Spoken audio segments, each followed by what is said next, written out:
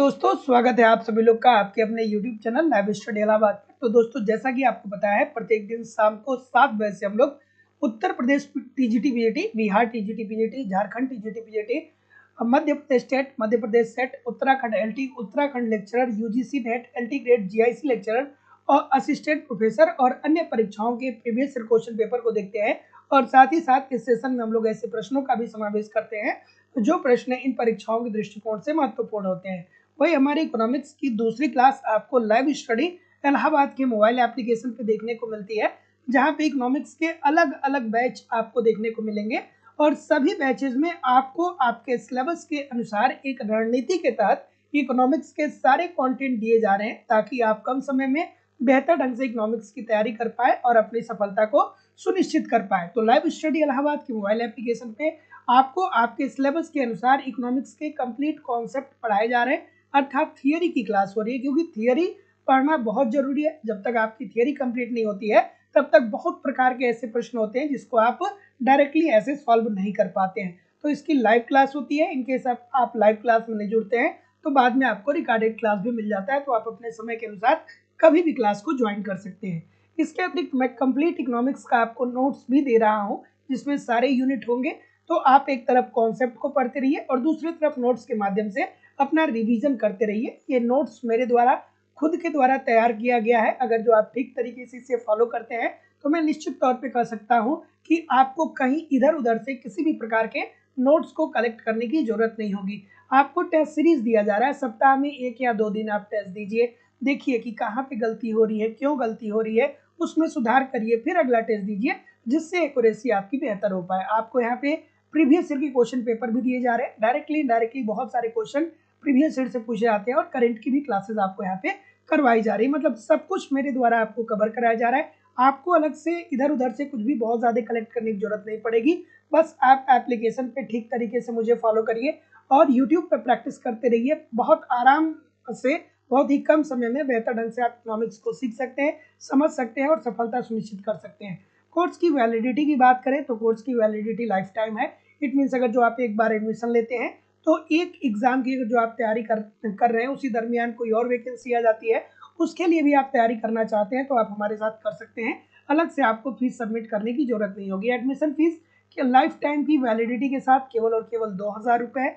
So simply आप जाइए description box में, आप जाइए डिस्क्रिप्शन बॉक्स में लाइव स्टडी इलाहाबाद का मोबाइल एप्लीकेशन दिया गया है। एप्लीकेशन को डाउनलोड कर लीजिए और वहां पे जाकर के अपने कोर्स को आप परचेज कर लीजिएगा। और अगर जो आप कोर्स को परचेज कर रहे हैं तो आप इसका स्क्रीनशॉट इस व्हाट्सएप नंबर पे सेंड कर दीजिएगा ताकि आपको बैच में भी ऐड कर दिया जाएगा। और जब बैच में ऐड कर दिया जाएगा तो सारी चीज़ें आपको सिस्टमेटिक वे से दिखेगी। अगर जो किसी भी प्रकार की आप इंक्वायरी करना चाहते हैं या किसी भी प्रकार के आपके प्रश्न हैं तो आप मुझे इस नंबर पे कॉल कर सकते हैं या व्हाट्सएप मैसेज कर सकते हैं। Good evening everybody. और अब हम लोग मूव करेंगे अपने सेशन की तरफ। और जो लोग इकोनॉमिक्स का केवल नोट्स प्राप्त करना चाहते हैं, इकोनॉमिक्स का केवल नोट्स भी अवेलेबल हो चुका है। चलिए तो अब हम लोग मूव करेंगे अपने सेशन की तरफ। और आज के सेशन का पहला प्रश्न आपके सामने ये रहा कि एक ग्राहक की क्रय शक्ति में परिवर्तन के द्वारा मांग में परिवर्तन को कहलाता है। क्या कहलाता है भैया? मांग में परिवर्तन कहलाता है। चलिए खूबसूरत सा प्रश्न है। अब देखिए आसान भाषा में एक बात आप समझिए। जैसे मान लीजिए कि आपकी इनकम होती है ना, तो आप अपने आय को देखते हैं और उसी के आधार पे व्यय करते हैं। अगर जो क्या होता है, दो कंडीशन बनती है। मान लीजिए कि अगर जो आपकी आय में कमी आ रही है, अगर जो आपके पास कम पैसा है तो जाहिर सी बात है कि आप मांग को कम करेंगे, आप वस्तुओं को कम परचेज करेंगे। और दूसरी कंडीशन में क्या हो जाएगा कि अगर जो आपकी आय में वृद्धि हो रही है, अगर जो आपके पास पैसा ज्यादा आ रहा है तो जाहिर सी बात है कि आप अपने मांग को बढ़ा देंगे। यही तो होता है ना। और इसको हम लोग किस नाम से जानते हैं? तो दोस्तों इसे हम आय प्रभाव के नाम से जानते हैं कि जब आपकी आय में परिवर्तन होता है तो उसके कारण मांगी गई वस्तुओं की मांगी गई मात्रा में भी आप परिवर्तन करते हैं। तो आसान सी बात है। जैसे मान लीजिए कि अभी आप बेरोजगार हैं, आपके पास बहुत कम आय है, मान लीजिए कि 5000 रुपये पर महीने का आपके पास है, तो आप जाहिर सी बात है जब आपकी आय कम होगी तो 5000 रुपये में आप कितनी वस्तुओं की मांग कर पाएंगे? नहीं कर पाएंगे ना। सॉरी, तो आय कम होगी तो आप मांग कम करेंगे, और अगर जो आय ज्यादा होगी तो आप मांग को बढ़ा देंगे।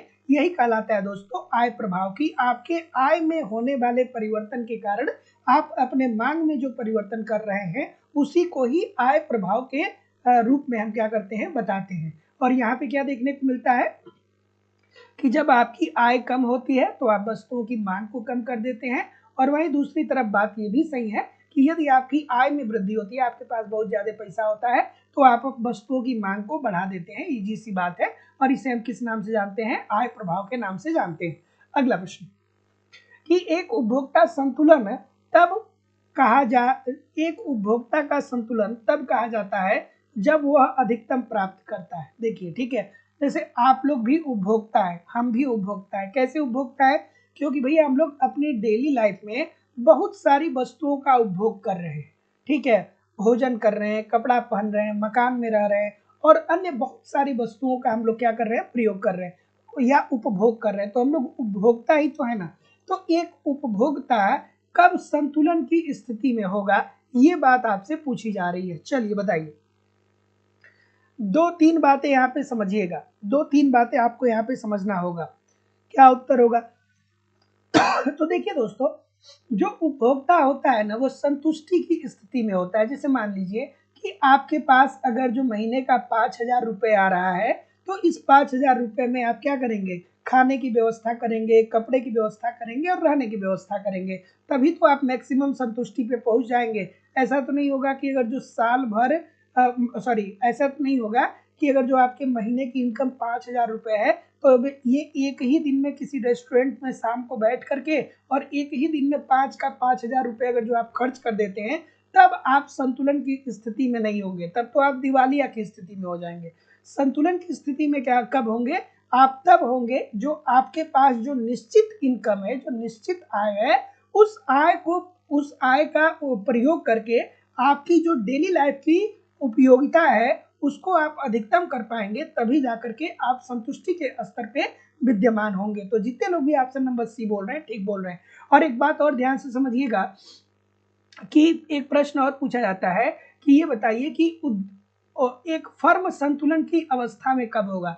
तो जो फर्म होता है ना, जब इसका लाभ अधिकतम होता है तब ये संतुलन की अवस्था में होता है। और ये उपभोक्ता क्या होता है, फर्म क्या होता है, फर्म लाभ अधिकतम प्राप्त करता है लेकिन उपभोक्ता संतुष्टि को प्राप्त करता है। इस बात को भी ध्यान रखिएगा। तो जितने लोग भी सी बोल रहे हैं ठीक बोल रहे हैं। अगला कि यदि दो वस्तुएं प्रतिस्थापी हैं, जैसे चाय और कॉफी, उनके बीच अनुप्रस्थ लोचशील होती है। अब ये आसान सी बात है, चाय और कॉफी जिसे हम लोग क्या बोलते हैं, प्रतिस्थापित वस्तुएं बोलते हैं। इसे और किस नाम से जाना जाता है, तो इसे जाना जाता है दोस्तों स्थापन वस्तुओं के नाम से। ठीक है, स्थापन वस्तु के नाम से भी इसे हम लोग जानते हैं। अब क्यों जानते हैं, तो एट ए टाइम, एक समय पे, ऐसा तो नहीं होता है कि आप सुबह उठते हैं तो कहते हैं कि भैया हमको चाय भी दे दो और हमको कॉफी भी दे दो। ऐसा तो नहीं होता है ना। आपके पास कोई आता है और आपसे पूछता है कि आप चाय पीना पसंद करेंगे कि आप कॉफी पीना पसंद करेंगे।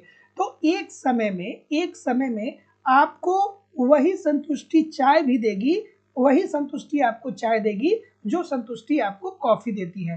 तो ऐसी स्थिति में अगर जो मान लीजिए यहाँ पे दो कंडीशन आप मान लीजिए, एक चाय है और एक कॉफी है, या तो आप चाय पियेंगे या तो आप कॉफी पियेंगे। ठीक है, इसीलिए ये स्थापन वस्तुओं की श्रेणी में आता है। ठीक है, कि या तो हम चाय पियेंगे या तो कॉफी पियेंगे। जैसे कि दो कंडीशन यहाँ पे ले लीजिए। एक कंडीशन ले लीजिए कि अगर जो चाय 10 रुपए का मार्केट में मिल रहा है, ठीक है, और 10 रुपए का कॉफी भी मार्केट में मिल रहा है, ठीक है, लेकिन अचानक क्या होता है कि चाय की कीमतों में वृद्धि हो जाती है और चाय अब 15 रुपए में मिलने लगता है। तो जब अब चाय आपको 15 रुपए में मिल रहा है और कॉफी आपको 10 ही रुपए में मिल जा रहा है, तो आप कहेंगे कि भैया हम चाय नहीं पियेंगे, आप चाय की मांग को कम कर देंगे। ठीक है, और चाय की जैसे ही मांग आप करेंगे, आप चाय की जगह पे कॉफी की मांग को क्या कर देंगे, बढ़ा देंगे। कॉफी की मांग को आप क्या कर देंगे, बढ़ा देंगे। सो जितने लोग भी ऑप्शन नंबर क्या बोल रहे हैं, बी बोल रहे हैं, तो जितने लोग भी बी बोल रहे हैं धनात्मक होता है, सभी लोग का उत्तर ठीक हो जाएगा।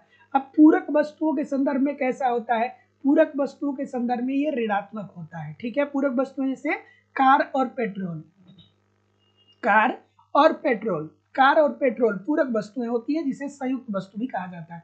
तो मान लीजिए कि अगर जो कार की कीमत में वृद्धि होती है, तो अगर जो कार की कीमत बढ़ेगी तो लोग कार की मांग को कम कर देंगे, कार की मांग को कम कर देंगे, कार की कीमत बढ़ेगी तो। लेकिन जब अब कार की मांग कम हो जा रही है, लोग कार खरीद ही नहीं रहे हैं, तो पेट्रोल की मांग क्यों करेंगे, तो पेट्रोल की भी मांग कम हो जाएगी।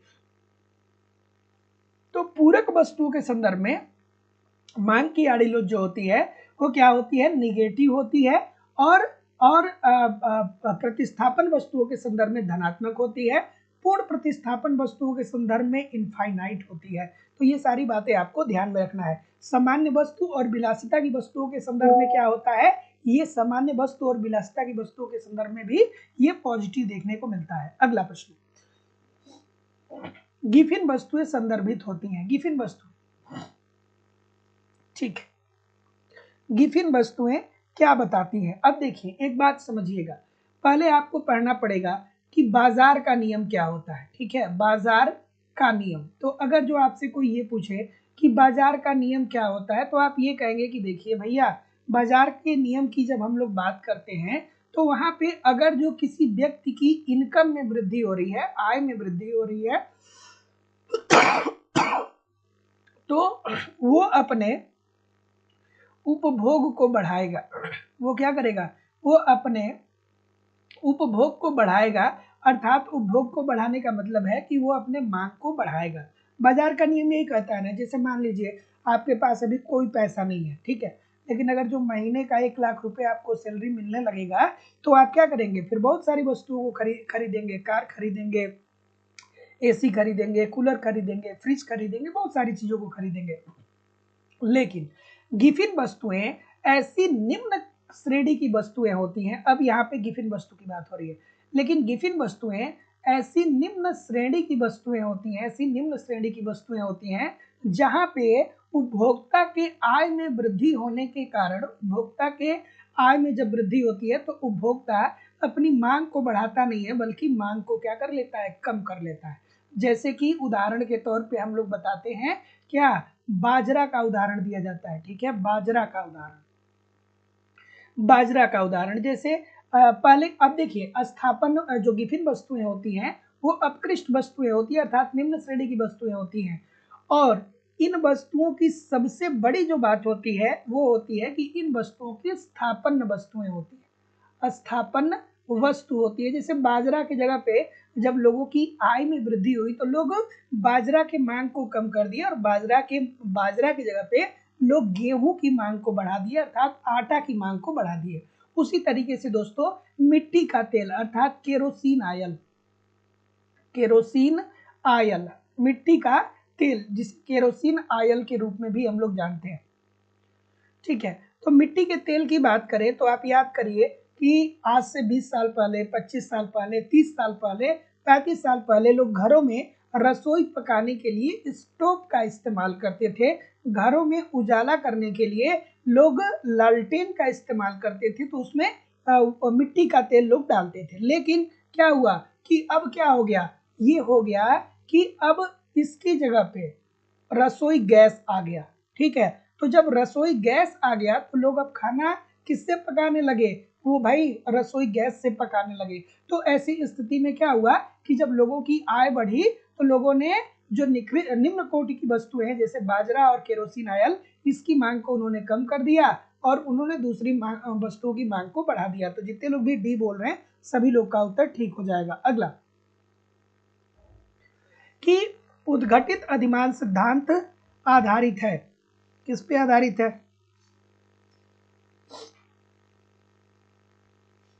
क्या उत्तर आ रहा है, उद्घटित अधिमान सिद्धांत किसने दिया था, ये थियरी किसने दिया था,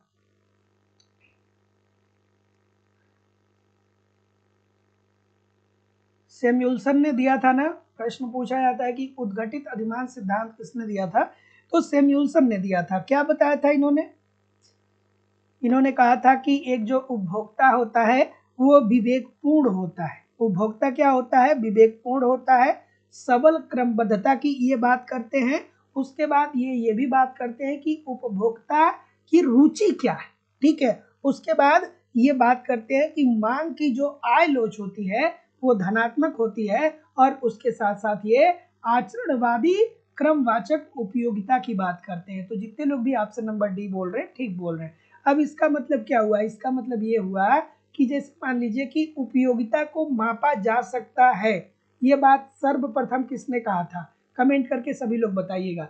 लेकिन अगर जो हम लोग सैमुअल्सन के प्रकट अधिमान सिद्धांत की बात करें तो उन्होंने कहा कि देखिए भैया, उपयोगिता को इस तरीके से मेजरमेंट नहीं किया जा सकता है, उपयोगिता को एक क्रम में रखा जा सकता है। आप ये नहीं मेजरमेंट कर सकते हैं कि अगर जो आपको भूख लगी है, अर्थात अगर जो आपको रोटी की जरूरत है और आपको कपड़े की जरूरत है, तो रोटी सबसे ज्यादा जरूरी है कि कपड़ा सबसे ज्यादा जरूरी है, आप किस क्रम में रखेंगे।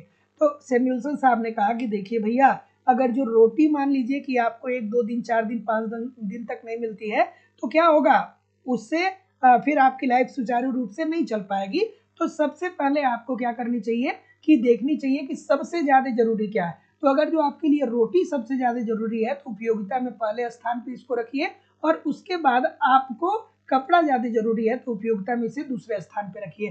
तो जितने लोग भी ऑप्शन नंबर डी बोल रहे हैं बिल्कुल ठीक बोल रहे हैं। अगला, कि उपभोक्ता किसी वस्तु की कीमत घटने पर उपभोग घटा देता है, ये किस प्रकार की वस्तुएं हैं, चलिए बताइए भाई।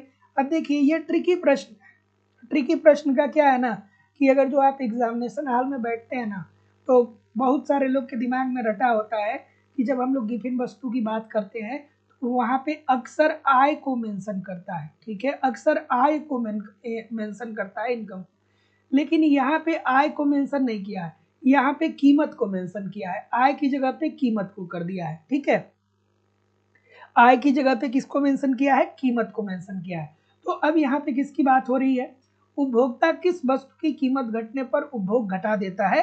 तो अभी मैं आपको बता रहा था कि गिफिन वस्तुओं के संदर्भ में, गिफिन वस्तुएं ऐसी निम्न श्रेणी की वस्तुएं होती हैं जहां पे बाजार का नियम लागू नहीं होता है, अर्थात यदि किसी व्यक्ति की या किसी उपभोक्ता की अगर जो आय में वृद्धि हो रही है, तो आय में वृद्धि होने के कारण वो वस्तुओं की मांग में क्या कर देता है, कमी कर देता है, ठीक है। तो जितने लोग भी ऑप्शन नंबर सी बोल रहे हैं ठीक बोल रहे हैं। पहली बात ये भी ठीक हो जाएगी, और दूसरी बात ये भी ठीक हो जाएगी कि अगर जो वस्तु की कीमतों में अगर जो कमी आ रही है तो वो क्या कर रहा है, उस वस्तु की मांग को भी कम कर ले रहा है, ये भी सही है। एक बात ये भी सही हो जाएगी कि अगर जो कीमत में वृद्धि होगा तो वो क्या करेगा, इस वस्तु की मांग को भी बढ़ा देगा। ये भी प्रश्न, ये भी पूछा जाता है, ये भी कंडीशन पूछा जाता है। तो ये भी सही है, ये भी सही है, ये भी सही है, ठीक है, ये भी सही है।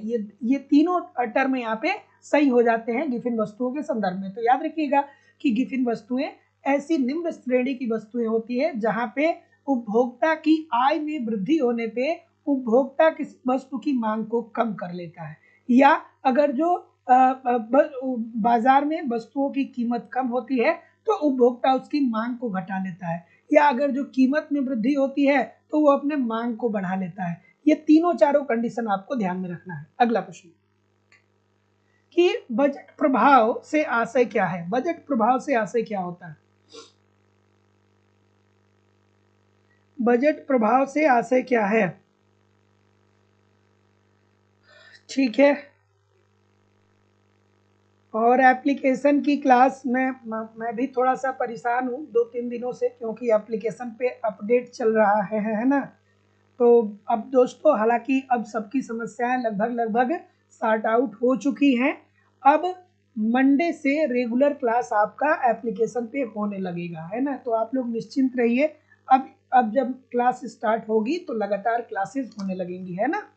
थोड़ी सी अपडेट की वजह से दिक्कत आ रही थी, लेकिन अब वो सारी समस्याएं दूर हो चुकी है। क्या उत्तर आ रहे हैं भाई, बजट प्रभाव से आशय क्या होता है, बजट प्रभाव। तो जितने लोग भी क्या बोल रहे हैं, ठीक ठीक। तो अब यहाँ पे दोस्तों पता है किसकी बात कर रहा है, ये सरकारी बजट की बात कर रहा है, ठीक है। और बजट प्रभाव करता क्या है, तो अगर जो मुख्य रूप से देखा जाए तो बजट प्रभाव से आशय क्या है, तो बजट का प्रभाव अर्थव्यवस्था पे क्या पड़ेगा? बजट का प्रभाव अर्थव्यवस्था पर क्या पड़ेगा? बजट के अंतर्गत क्या करता है सरकार? सरकार अपने आय और व्यय के विवरण को प्रस्तुत करता है कि भैया हमने आय कहाँ से अर्जित किया है और कहाँ कहाँ पे हमको व्यय करना है। तो आय वो कहाँ से प्राप्त करता है? कर के माध्यम से प्राप्त करता है, टैक्स के माध्यम से प्राप्त करता है। और व्यय कहाँ पे करता है? कर के माध्यम से, या वो ऋण के माध्यम से भी आय प्राप्त करता है। वो आंतरिक ऋण भी हो सकता है और बाह्य ऋण भी हो सकता है। उसी तरीके से व्यय की बात करें तो देश की आधारभूत संरचना जैसे शिक्षा पे, स्वास्थ्य पे, परिवहन पे, बिजली पे, इन सारी पे सरकार क्या करती है? खर्च करती है, कल्याणकारी योजनाएं बनाती है। तो सरकार आय और बजट के अंतर्गत सरकार अपने आय और व्यय का वार्षिक वितरण बजट के अंतर्गत सरकार अपने आय और व्यय का वार्षिक विवरण प्रस्तुत करती है। तो और बजट प्रभाव के अंतर्गत सरकार का उद्देश्य ये होता है कि समाज में आय असमानता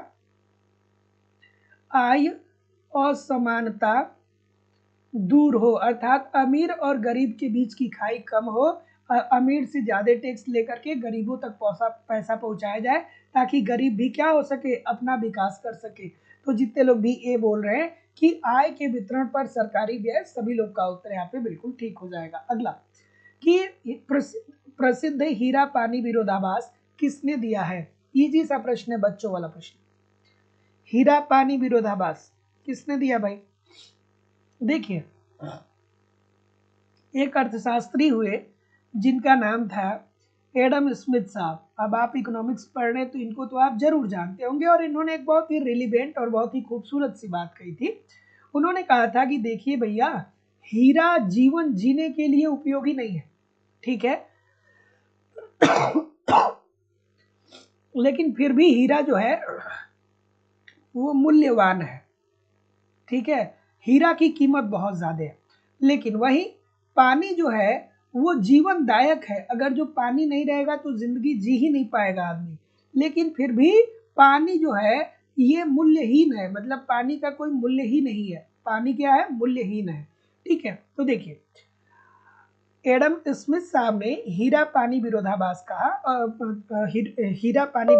की अवधारणा दिया, जिसके अंतर्गत उन्होंने कहा कि देखिए भैया, हीरा जीवन जीने के लिए जरूरी नहीं है। ऐसा नहीं है कि अगर जो आपके पास हीरा नहीं है तो आप जिंदगी को जी ही नहीं सकते, बहुत आराम से जी सकते हैं। लेकिन हीरा जो है वो बहुत ज्यादा कीमती है। वहीं दूसरी तरफ पानी जो है वो जीवनदायक है। पानी के बिना जिंदगी संभव नहीं है। फिर भी पानी जो है ये मूल्यहीन है, इसका कोई मूल्य ही नहीं है। तो ये इसकी जो बात किया गया था वो एडम स्मिथ साहब के द्वारा किया गया था। अब आपके दिमाग में आ रहा होगा कि सर आखिरकार ऐसा क्यों होता है? तो भैया यहाँ पे लग जाता है दुर्लभता का नियम, ठीक है। दुर्लभता का नियम यहाँ पे लग जाता है। दुर्लभता का नियम हमें क्या बताता है कि जो वस्तुएं दुर्लभ होंगी उनकी कीमत क्या होगी? ज्यादा होगी। और जो वस्तुएं प्रचुर मात्रा में विद्यमान होगी उनकी कीमत क्या होगी? कम होगी। तो पानी जो है वो प्रचुर मात्रा में विद्यमान है, इसलिए पानी की कीमत कम है या पानी की कीमत है ही नहीं।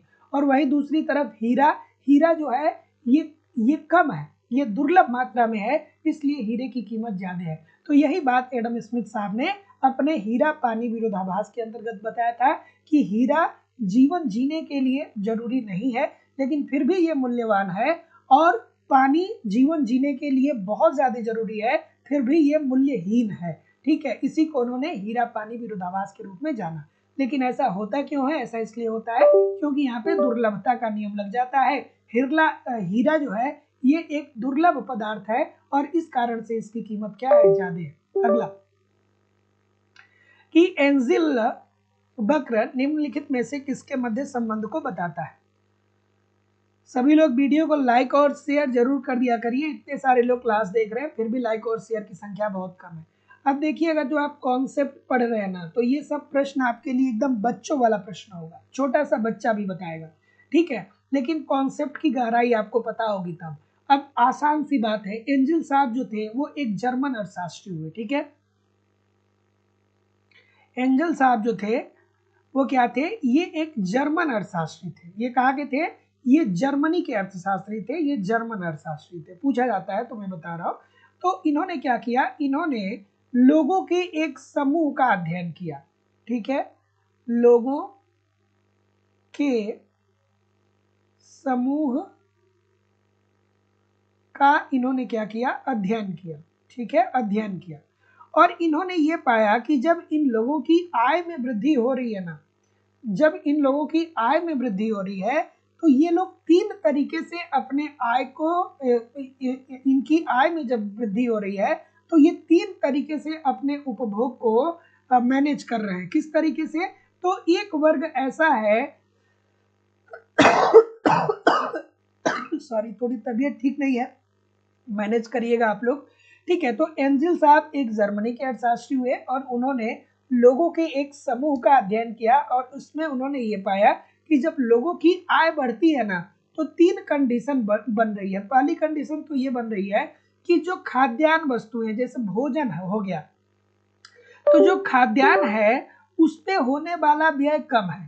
ठीक है, अर्थात जितनी तेजी से आय बढ़ रहा है उतनी तेजी से खाद्यान्न पे होने वाला व्यय नहीं बढ़ रहा है। अर्थात जिस अनुपात में आय बढ़ रहा है उस अनुपात में उपभोग व्यय नहीं बढ़ रहा है खाद्यान्न पे। वही दूसरी तरफ ये क्या बात करते हैं, मकान और कपड़ा की। ठीक है, मकान और कपड़ा की। इसमें ये कहते हैं कि लोगों की जब आय, जिस अनुपात में लोगों की आय बढ़ रही है उसी अनुपात में लोग व्यय कर रहे हैं किस पे, मकान पे और कपड़ा पे। और तीसरी कंडीशन में इन्होंने ये बताया कि जिस अनुपात में लोगों की आय बढ़ रही है, ठीक है, उससे कहीं तेजी से वृद्धि लोग क्या कर रहे हैं, मनोरंजन मनोरंजन सॉरी जिस अनुपात में लोगों की आय बढ़ रही है उससे कहीं ज्यादा तेजी से खर्च लोग क्या कर रहे हैं, मनोरंजन पे कर रहे हैं और शिक्षा पे कर रहे हैं। मनोरंजन और शिक्षा पे लोग खर्च कर रहे हैं। और देखिए कितनी खूबसूरत सी बात है, ये आपकी भी लाइफ में होगा, ये सबकी लाइफ में होती है ये सारी चीजें। ठीक है तो जितने लोग भी ऑप्शन नंबर आय और उपभोग की बात कर रहे हैं सभी लोग का उत्तर यहाँ पे एब्सोल्युटली ठीक हो जाएगा। Option number C according to the question this is the right answer हो जाएगा। इट मीन्स एंजल साहब जर्मनी के अर्थशास्त्री थे, लोगों के समूह का इन्होंने अध्ययन किया और ये देखा कि जब इन लोगों की आय में वृद्धि हो रही है तो ये 3 तरीके से अपने उपभोग व्यय को प्रभावित कर रहे हैं। पहला, जितनी तेजी से आय बढ़ रही है उतनी तेजी से खाद्यान्न उपभोग में वृद्धि नहीं हो रही है, मतलब आय बहुत तेजी से बढ़ रहा है और खाद्यान्न होने वाला व्यय कम है। वहीं दूसरी तरफ जिस अनुपात में आय बढ़ रहा है उसी अनुपात में मकान और कपड़ा पे होने वाला व्यय भी बढ़ रहा है। और तीसरी कंडीशन में इन्होंने बताया कि जिस अनुपात में लोगों की आय में वृद्धि हो रही है उससे ज्यादा अनुपात में लोग खर्च कर रहे हैं मनोरंजन पे और शिक्षा पे, अर्थात आय और उपभोग की बात होती है। अगला, यदि एक उत्पाद बेबलन वस्तु है तब, बेबलन वस्तुएं क्या होती है भाई बताइए, बेबलन वस्तुएं क्या होती है बताइए। ठीक, बेबलन वस्तुएं क्या होती हैं, आसान सा प्रश्न। ठीक, तो बेबलन वस्तु जैसे एप्पल का फोन हो गया, ठीक है, मतलब कोई भी महंगी वस्तु है, जैसे रोलेक्स की घड़ी हो गई, एप्पल का फोन हो गया। तो कुछ लोग ऐसे होते हैं ना कि जब वस्तुओं की कीमतों में वृद्धि होती है तो समाज का एक बड़ा भाग ऐसा होता है जो उस वस्तु की मांग को कम करता है। ठीक है, समाज का एक भाग क्या करता है, उस वस्तु की मांग को कम करता है। लेकिन वही दूसरी तरफ समाज का एक भाग ऐसा भी होता है जो अपने आप को अमीर दिखाने का प्रदर्शन करना चाहता है और जब वस्तुओं की कीमतों में वृद्धि होती है तो उसके बावजूद भी वो वस्तुओं की मांग को कम नहीं करता है, वो वस्तुओं की मांग को बढ़ा देता है। यही होता है दोस्तों बेबलन वस्तु। ठीक है, बेबलन वस्तु का मतलब क्या हो गया, जैसे आपने देखा होगा लोग रोलेक्स की घड़ी पहनते हैं, लोग आईफोन का इस्तेमाल करते हैं, तो इसके पीछे कहीं ना कहीं बहुत सारे लोग का ये उद्देश्य होता है कि अगर जो हमारे पास आईफोन होगा या हमारे पास रोलेक्स की घड़ी होगी तो समाज में जब हमको लोग देखेंगे तो कहेंगे बड़ा अमीर है। लेकिन ये सबके साथ ऐसा नहीं होता है। तो बेबलन वस्तुएं ऐसी वस्तुएं होती है जिस संदर्भ में यदि किसी वस्तु की कीमत में अगर जो वृद्धि हो रही है तो समाज का कुछ वर्ग ऐसा होता है जो उस वस्तु की मांग को कम करता है, लेकिन वही समाज का कुछ भाग ऐसा भी होता है जो उस वस्तु की मांग को बढ़ा देता है। तो इस प्रकार की वस्तुओं को बेवलन वस्तुएं कहते हैं और ये मांग जो होता है वो कीमत से सीधे रूप से संबंधित होता है। अगला, और आदमी क्या करता है, प्रदर्शन करने के लिए ये सारी चीजें करता है। अगला प्रश्न है कि संतुष्टि के स्तर बिंदु पर सीमांत उपयोगिता की प्रवृत्ति होती है। और जो लोग भी इकोनॉमिक्स का कॉन्सेप्ट क्लास नहीं पढ़ रहे हैं आप जरूर पढ़िए, क्योंकि मैं आप लोगों को एक सिस्टमेटिक वे से कम समय में बेहतर तैयारी करने का सारा कंटेंट जो होता है वो मैं आपको प्रोवाइड करा रहा हूँ। फीस भी बहुत कम है, जितना मैं आप लोगों को जितनी सारी चीज़ें प्रोवाइड कर रहा हूँ उसमें फीस बहुत कम है। मैं इकोनॉमिक्स की 200 से ज़्यादा क्लास आपको एप्लीकेशन पे पढ़ाता हूँ। कंप्लीट आपको वहाँ पे नोट्स भी दिया जा रहा है, टेस्ट सीरीज भी आपको दिया जा रहा है, प्रीवियस ईयर के क्वेश्चन पेपर और करंट सारी चीज़ें लाइफ टाइम की वैलिडिटी के साथ आपको दी जा रही है। बस इत्मीनान से इसे एप्लीकेशन पे आप फॉलो करिए, यूट्यूब पे प्रैक्टिस करते रहिए। निश्चित तौर पे मैं कह सकता हूँ कि कहीं इधर उधर से कुछ कलेक्ट करने की जरूरत नहीं होगी। बहुत ही कम समय में बेहतर ढंग से सारी चीज़ों को आप समझ सकते हैं, सीख सकते हैं और सफलता सुनिश्चित कर सकते हैं। आप डिस्क्रिप्शन बॉक्स में जाइए, एप्लीकेशन का लिंक दिया गया है, एप्लीकेशन को डाउनलोड करके वहाँ से डायरेक्ट कोर्स को परचेज कर सकते हैं। या अगर जो वहाँ से डायरेक्ट नहीं परचेज कर पा रहे हैं, आपको किसी भी प्रकार की इंक्वायरी है या किसी भी प्रकार का प्रश्न आपको है, तो आप ये जो नीचे नंबर आ रहा है इस नंबर पे आप मुझे कॉल कर सकते हैं या व्हाट्सएप मैसेज भी कर सकते हैं। चलिए, क्या उत्तर आ रहा है सर?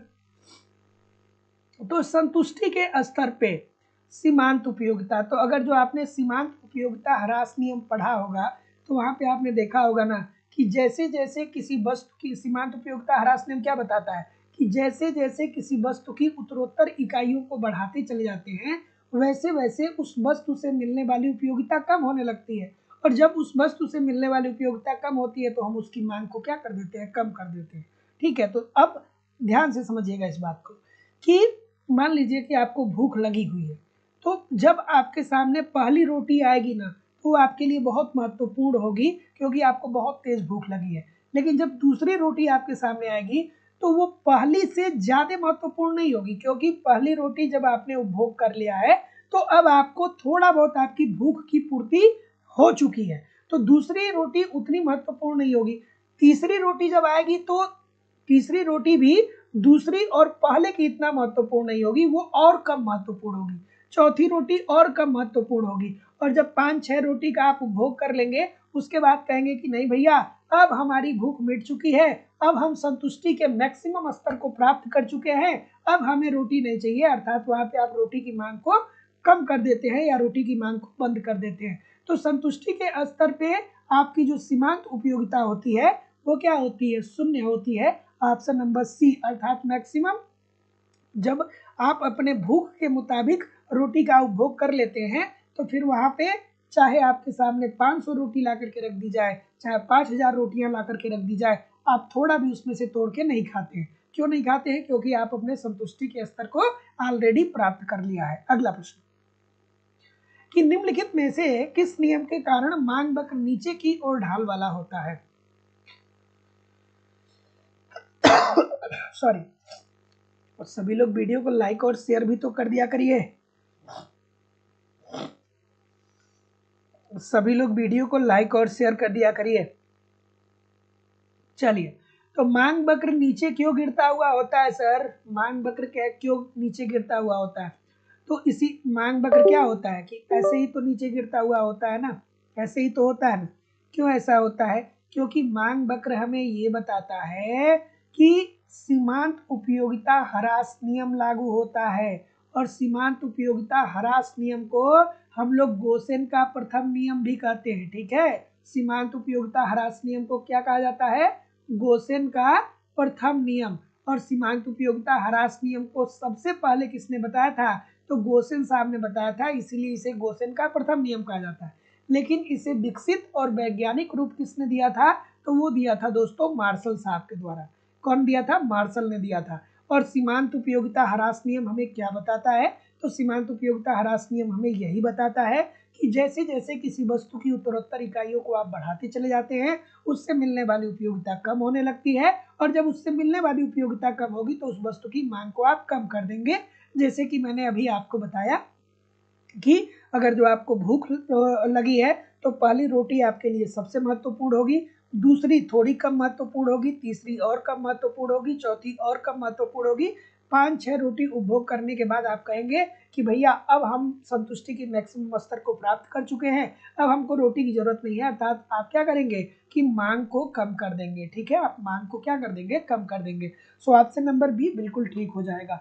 अगला प्रश्न, और एक बात दोस्तों आप सभी लोगों से मैं कहना चाहूँगा, ठीक है, क्योंकि आजकल बहुत सारी चीज़ें समाज में चल रही हैं, और ख़ास करके उन लोगों से मैं कहना चाहूँगा जो महिलाएं हैं घर में रहती हैं। एक्चुअली क्या हुआ कि जहाँ पे मैं रहता हूँ, तो मेरे जो मकान मालिक है ना, मतलब हम लोग यहाँ पे रेंट पे ही रहते हैं प्रयागराज में। तो उनके घर क्या हुआ कि दोपहर में एक फेरी वाला आया, ठीक है, और उसने क्या बोला, उसने कहा कि भैया लाइए आपके घर का ताला बना दे। और उस घर में एक महिला थी, उनकी उम्र 50 साल से ऊपर भी थी। तो उस महिला ने उन दो लोगों को अपने घर में लाया और उनसे ताला खूब अच्छे से बनवा ली। उसके बाद होता क्या है कि ठीक एक दिन बाद पता चलता है कि उस घर में जितने भी ताले थे, सबकी उन लोगों ने हर ताले की चाबी बना ली। ऑटोमेटिक उन लोगों ने कोई एक ऐसी मास्टर चाबी बना ली जिससे सारी चीजें, मतलब सारा ताला उनके घर का क्या हो गया, ओपन हो गया। और 50 लाख रुपए की ज्वेलरी की चोरी हुई है उनके घर से। तो अगर तो आप महिला हैं या आप घर में रहती हैं, तो कृपया करके ये फेरी वाले आते हैं, इन पे विश्वास न करें, क्योंकि महिलाएं बहुत करती हैं। महिलाओं को ये लगता है कि पूरा पूरा जितना भी काम है वो घर बैठे ही हो जाए, है ना। तो जब भी कोई इस प्रकार का व्यक्ति आपके यहाँ आता है, चाहे आप शहर में हैं, चाहे आप देहात में हैं, चाहे आप ग्रामीण इलाके में रह रहे हैं, चाहे आप शहरी इलाके में रह रहे हैं, कहीं भी कहीं भी अगर जो आप रह रहे हैं, तो ऐसी गलती कभी ना करिएगा। और खास करके ये हिदायत तो महिलाओं के लिए ही है, क्योंकि महिलाएं बस देखती हैं कि गली के बाहर कोई आ गया, गली के बाहर कोई फेरी वाला आ गया, उसको रुकवा करके क्या होता है कि उनकी मार्केटिंग शुरू हो जाती है। तो इस बात का जरूर ध्यान रखिएगा, क्योंकि ये छोटी छोटी बातें हैं, लेकिन अगर जो 50 लाख रुपए की गहने की चोरी हुई है, तो ये छोटी चीज नहीं है। 50 लाख रुपए कमाना इतना आसान नहीं है, कमा करके उसे बचा करके रखना इतना आसान नहीं है। चलिए, क्या उत्तर होगा भाई, कि अभिकथन दिया गया है और तर्क दिया गया है। चलिए बताइए। बीच बीच में बोल देता हूँ, कोई एक दो लोग भी हमारी बातों को सुन के समझ के और इसको अवॉइड कर देंगे तो हमारे कहने का मतलब निकल जाएगा। क्या उत्तर होगा भाई, प्रकटित अधिमान सिद्धांत गिफिन वस्तु को बहिष्कृत करता है, क्या ये बात सही है। और प्रकटित अधिमान सिद्धांत केवल मांग के ऋणात्मक आयलोच पर विचार करता है। तो प्रकटित अधिमान सिद्धांत किसने दिया था, तो भैया ये सैमुअल्सन के द्वारा दिया गया था। ठीक है, सैमुअल्सन के द्वारा दिया गया था। ठीक है, हाँ। और अब अगर जो आप इसको ठीक से पढ़ेंगे तो आपको समझ में आएगा, ठीक से नहीं पढ़ेंगे तो आपको नहीं समझ में आएगा। प्रकटित अधिमान सिद्धांत गिफिन वस्तु को क्या करता है, बहिष्कृत करता है। ये बात 100% ठीक है, क्योंकि अगर जो आप सैमुअल्सन साहब के प्रकटित अधिमान सिद्धांत को पढ़ेंगे तो वो गिफिन वस्तुओं की बात नहीं करते हैं, वो इसकी कहते हैं कि गिफिन वस्तु प्रकटित अधिमान सिद्धांत गिफिन वस्तुओं को क्या करता है, बहिष्कृत करता है। उसके बाद प्रकटित अधिमान सिद्धांत केवल मांग के ऋणात्मक आयलोच, नहीं भैया ऋणात्मक आयलोच नहीं, धनात्मक आयलोच की भी व्याख्या करता है। ये केवल ऋणात्मक आयलोच की व्याख्या थोड़ी करता है, तो ये तो बात गलत हो जाएगी।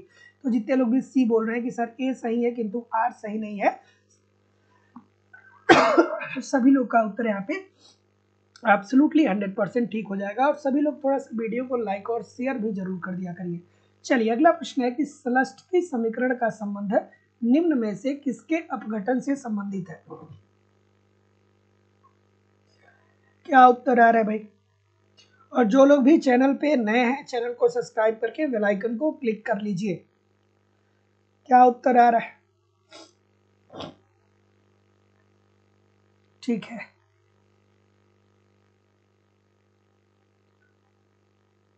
ठीक। तो एक इजी सी बातें ये करते हैं, अगर जो आप श्लष्टकी प्रभाव को पढ़ेंगे या श्लष्टकी समीकरण को पढ़ेंगे तो इनका एक बात कहना था, इनका ये बात कहना था कि किसी उपभोक्ता के पास कम से कम इतनी आय छोड़ दी जाए, इतनी उसकी इनकम अर्थात इतनी उसकी आय छोड़ दी जाए कि अगर वस्तु की कीमत में वृद्धि होता है तो भी वो पहले जो वस्तुओं के सहयोग को परचेज करता था अर्थात खरीदता था, उसी वस्तुओं के सहयोग को वो खरीद सके। ठीक है, अर्थात सॉरी श्लष्टकी साहब क्या कहते हैं, अब देखिए, हाँ ठीक है, तो जितने लोग भी ये बोल रहे हैं कि मूल्य प्रभाव को प्रतिस्थापन और आय प्रभाव में, तो अभी तो मैं यही बात तो आपको बता रहा था कि श्लष्टकी साहब ने क्या बोला, श्लष्टकी साहब ने ये कहा कि एक जो उपभोक्ता होता है उसके पास इतनी आय छोड़ देनी चाहिए ताकि अगर भविष्य में चल करके या वर्तमान में भी अगर जो वस्तु की कीमतों में वृद्धि होती है, अगर जो मान लीजिए कि जिन जिन वस्तुओं को परचेज करता है उन वस्तु की कीमतों में अगर जो वृद्धि होती है तो कीमत में वृद्धि होने के बावजूद भी वो उसी सहयोग को परचेज कर पाए जो सहयोग वो पहले परचेज करता था जब कीमत कम थी। तो ये जो हो जाएगा मूल्य प्रभाव को प्रतिस्थापन और आय प्रभाव में इसकी व्याख्या करते हैं। तो जितने लोग भी ये बोल रहे हैं बिल्कुल ठीक बोल रहे हैं। तो समझ गए श्लष्टकी समीकरण क्या है। श्लष्टकी समीकरण ये बताता है कि एक उपभोक्ता के पास उतनी आय छोड़ देनी चाहिए या उतनी आय रहनी चाहिए कि यदि वस्तु की कीमत में वृद्धि भी हो जाती है तो जितना वो जिन संयोगों को वो पहले परचेज करता था, जितना परचेज करता था उसी संयोगों को और उतना ही वो भविष्य में भी परचेज कर पाए, अर्थात परचेज क्षमता में उसकी कोई कमी ना आए, क्रय करने की शक्ति में उसकी कमी ना आए, मांग में कमी हो, मांग उसकी कम ना हो पाए वस्तुओं की। तो जितने लोग भी ऑप्शन नंबर ए बोल रहे हैं ठीक बोल रहे हैं। अगला प्रश्न है, थोड़ा सा इसे एडजस्ट करना होगा। तो देखिए ये ग्राफ दिया गया है और आपको ये प्रश्न बताना है। अब जो कॉन्सेप्ट पढ़ा हुआ छात्र है उसके लिए ये बच्चों वाला प्रश्न है, क्योंकि दो ही ग्राफ आप मांग के अंतर्गत देखते हैं कि पहला तो सर जी हम लोग ये पढ़ते हैं कि मांग वक्र क्या होता है, दाएं से बाएं की तरफ नीचे की तरफ गिरता हुआ होता है। ठीक है, दाएं से बाएं नीचे की तरफ गिरता हुआ होता है और ये सामान्य वस्तुओं के संदर्भ में होता है, सामान्य वस्तु के संदर्भ में होता है। क्यों ऐसा होता है, क्योंकि यहाँ पे सीमांत उपयोगिता ह्रास नियम लागू होता है कि जैसे जैसे वस्तु की उत्तरोत्तर इकाइयों को बढ़ाते हैं उससे मिलने वाली उपयोगिता कम होने लगती है और जब उससे मिलने वाली उपयोगिता कम होने लगती है तो हम उसकी मांग को कम कर देते हैं और जब मांग की कम कर देते हैं तो जाहिर सी बात है कि मांग वक्र जो होगा वो ऊपर दाहिनी तरफ से नीचे बाई तरफ गिरता हुआ होगा। ठीक है, हाँ, उसके बाद ये क्या हो रहा है कि यहाँ पे जो मांग वक्र की बात हो रही है वो क्या हो रहा है कि ये नीचे से ऊपर जा रहा है और ये क्या हो रहा है, ये दाहिनी तरफ गिर रहा है। तो ये क्या होता है ना, ये होता है दोस्तों निम्न वस्तुओं की श्रेणी में अर्थात निकृष्ट वस्तुओं की श्रेणी में ऐसा देखने को मिलता है। क्यों, क्योंकि यहाँ पे जब उपभोक्ता की आय में वृद्धि होती है तो उपभोक्ता क्या करता है, अपने मांग को बढ़ाता नहीं है, अपने मांग को कम कर लेता है। ठीक है, उपभोक्ता जैसे देखिए फिर वही बात हो गई कि अगर जो आपने गिफिन वस्तु को नहीं पढ़ा है तो कैसे आप जानेंगे। गिफिन वस्तु की प्रॉपर्टी है कि देखिए भैया गिफिन वस्तुएं ऐसी निम्न श्रेणी की वस्तुएं होती हैं जहां पे बाजार का नियम लागू नहीं होता है। बाजार का नियम क्या बताता है, बाजार का नियम ये बताता है कि अगर जो आपकी आय में वृद्धि हो रही है तो आप वस्तुओं की मांग को भी बढ़ा देंगे, अगर जो आपके पास पैसा ज्यादा आएगा तो ज्यादा मांग करेंगे। लेकिन गिफिन वस्तुओं के संदर्भ में ऐसा नहीं होता है। गिफिन वस्तुएं ऐसी निम्न श्रेणी की वस्तुएं होती हैं जब आपकी आय में वृद्धि होती है तो आप इसकी मांग को कम कर लेते हैं और यही कारण होता है कि ये जो वक्र होता है ये नीचे से ऊपर की तरफ दाहिनी तरफ गिरता हुआ होता है। तो जितने लोग भी ए बोल रहे हैं सभी लोग का उत्तर बिल्कुल ठीक है। अगला, ये खूबसूरत सा प्रश्न है, ये हजारों छात्रों से आपको कंपटीशन में आगे करने वाला प्रश्न है।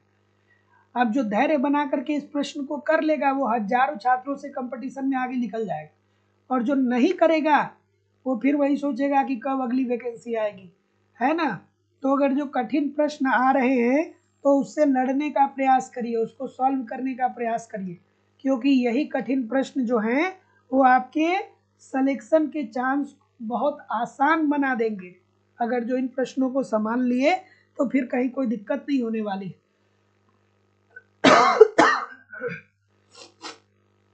बहुत सारे बच्चे क्या करते हैं, जब कठिन प्रश्न देखते हैं तो सेशन ही छोड़ देते हैं, उनको लगता है फिर देखा जाएगा जो होगा।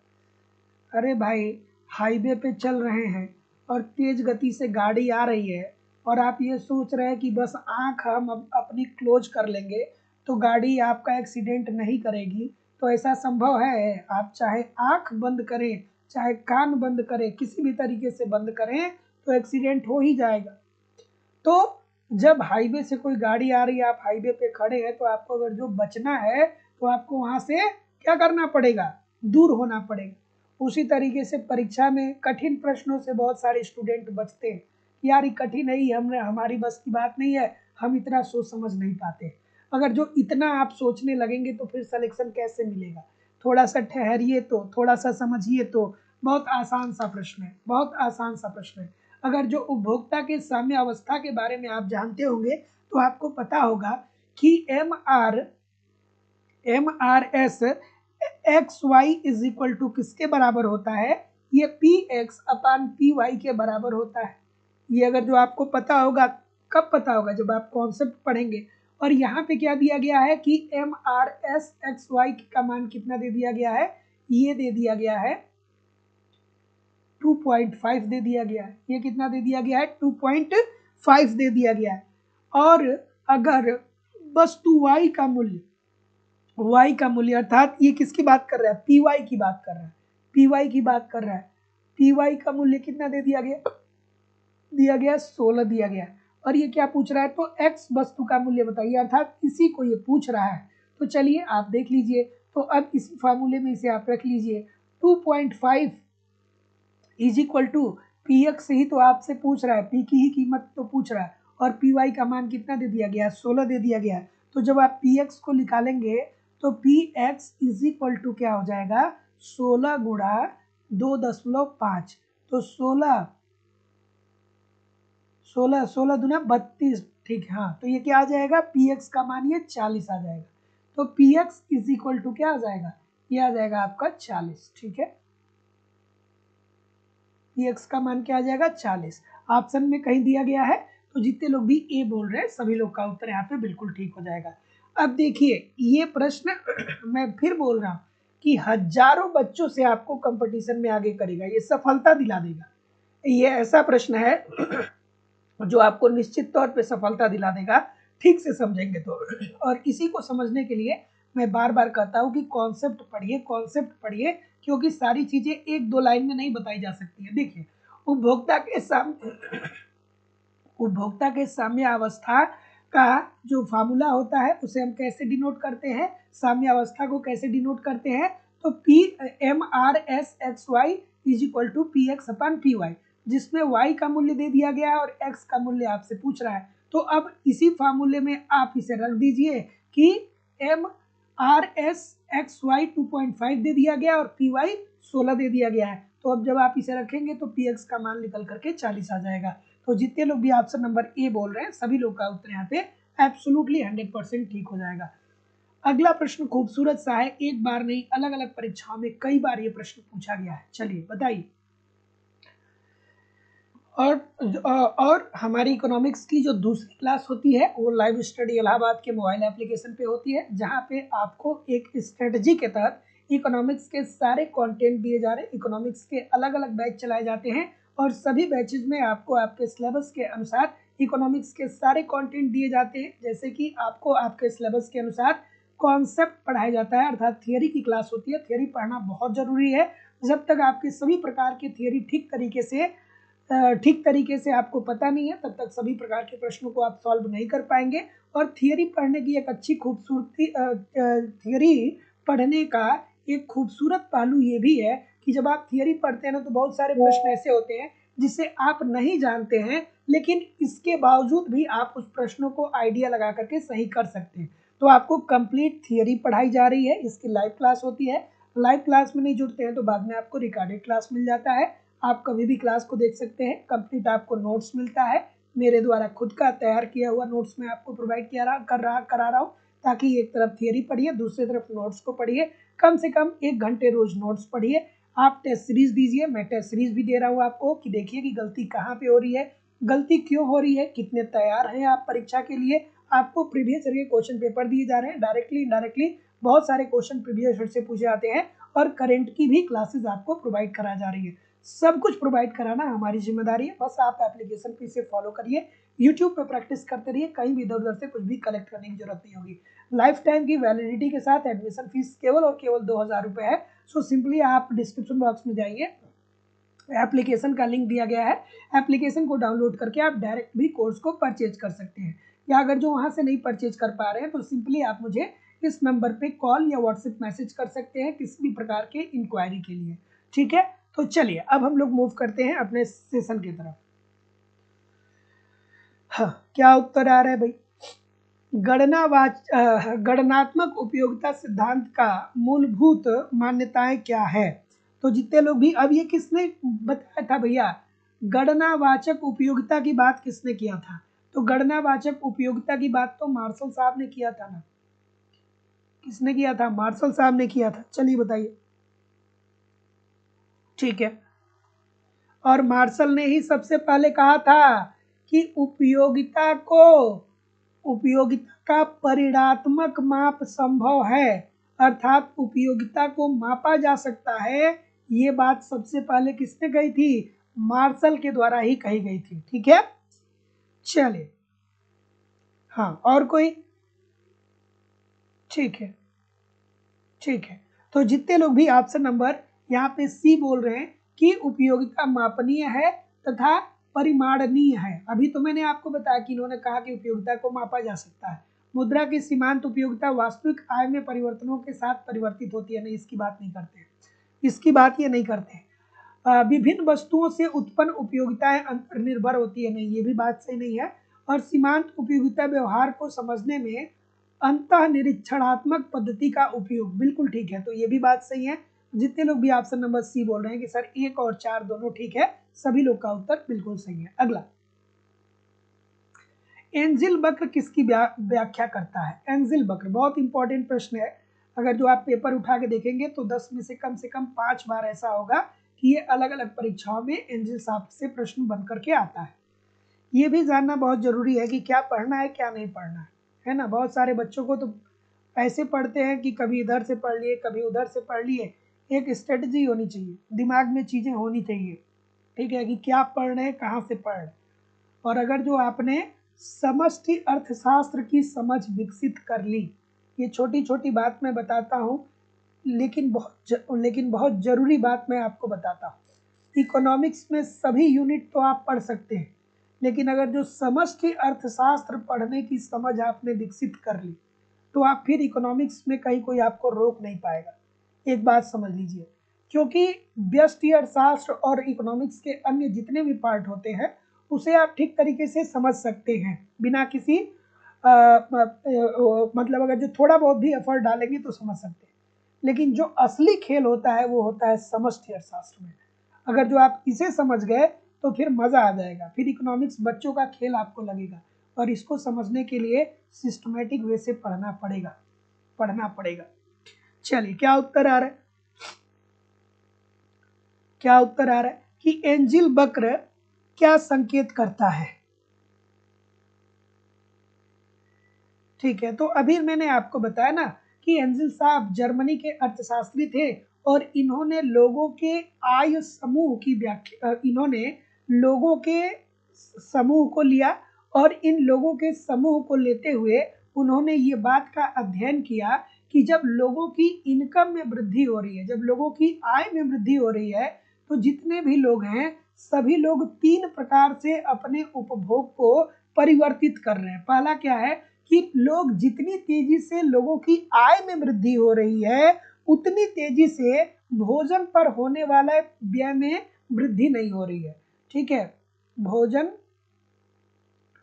पर व्यय मतलब जिस अनुपात में लोगों की आय बढ़ रही है, उतनी तेजी से लोग भोजन पे व्यय को नहीं बढ़ा पा रहे, क्योंकि जाहिर सी बात है 5,000 रुपये आपके पास महीने का है तो भी आप क्या करेंगे कि रोटी सब्जी दाल चावल यही तो खाएंगे। 1,00,000 रुपये हो जाएगा तो भी तो रोटी सब्जी खाएंगे और क्या खाएंगे।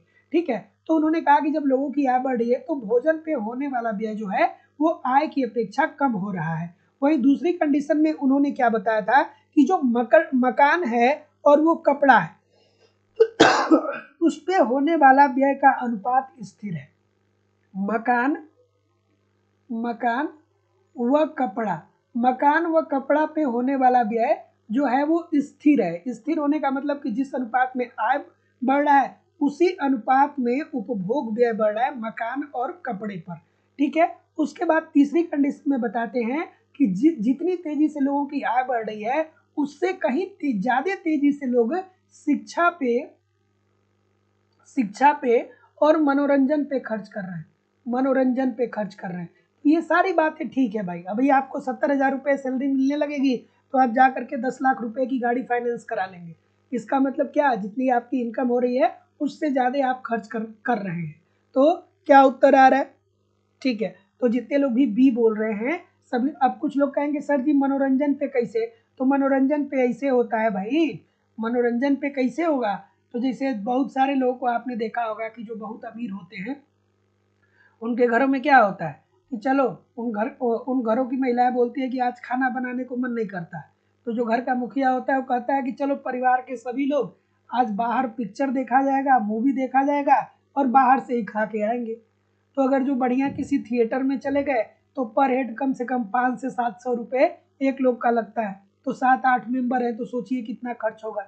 लेकिन क्या उनकी इनकम इस तरीके से है? हो सकता है कि वो दिन भर का 2,000 रुपये कमा रहे हो, लेकिन जब मूवी देखने जा रहे हैं तो 5,000 खर्च करके आ रहे हैं। तो मनोरंजन पे और शिक्षा पे व्यय जो होगा वो बढ़ेगा। बहुत अच्छे अच्छे लोग हैं जिनकी इनकम बहुत ज़्यादा है, वो भी अपने बच्चों को विदेश में ले जा करके पढ़ाते हैं। या हर पेरेंट्स जो है वो अपनी औकात से बढ़ करके अपने बच्चों पे पैसा खर्च करता है। बात तो ये भी ठीक है। तो एंजिल साहब जो भी कहते हैं वो बात उनकी 100% ठीक है। अगला, चाय और कॉफी क्या है?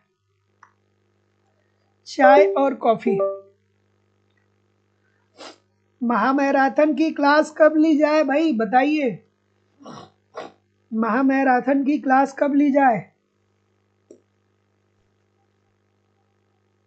हाँ, क्या उत्तर आ रहा है भाई?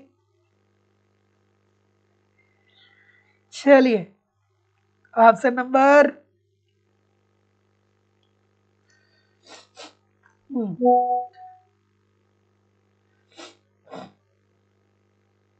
चाय और कॉफी।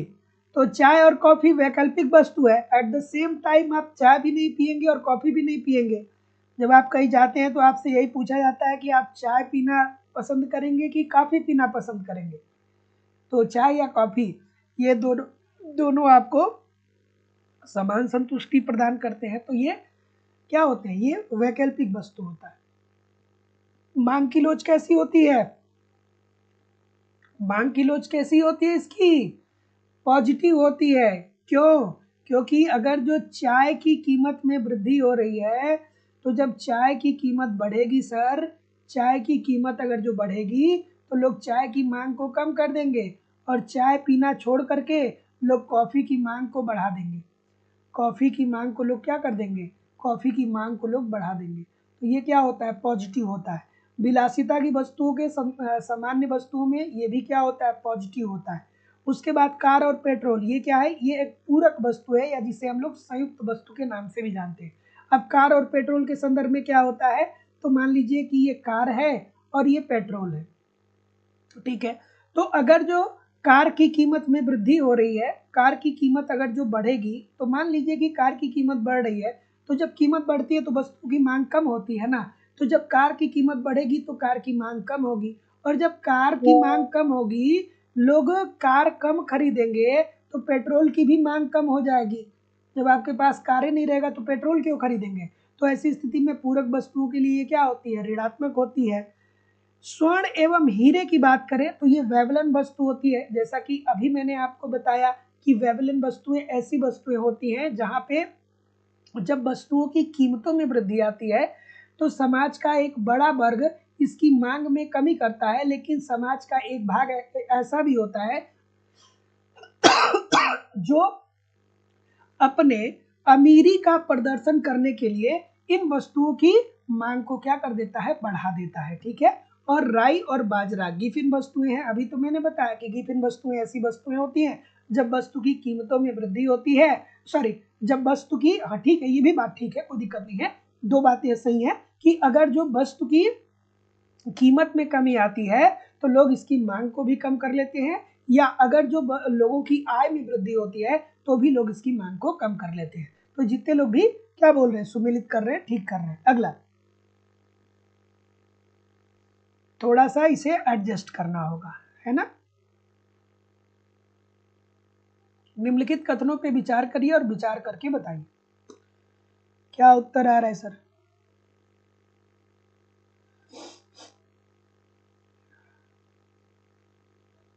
ठीक, क्या बोल रहे हैं?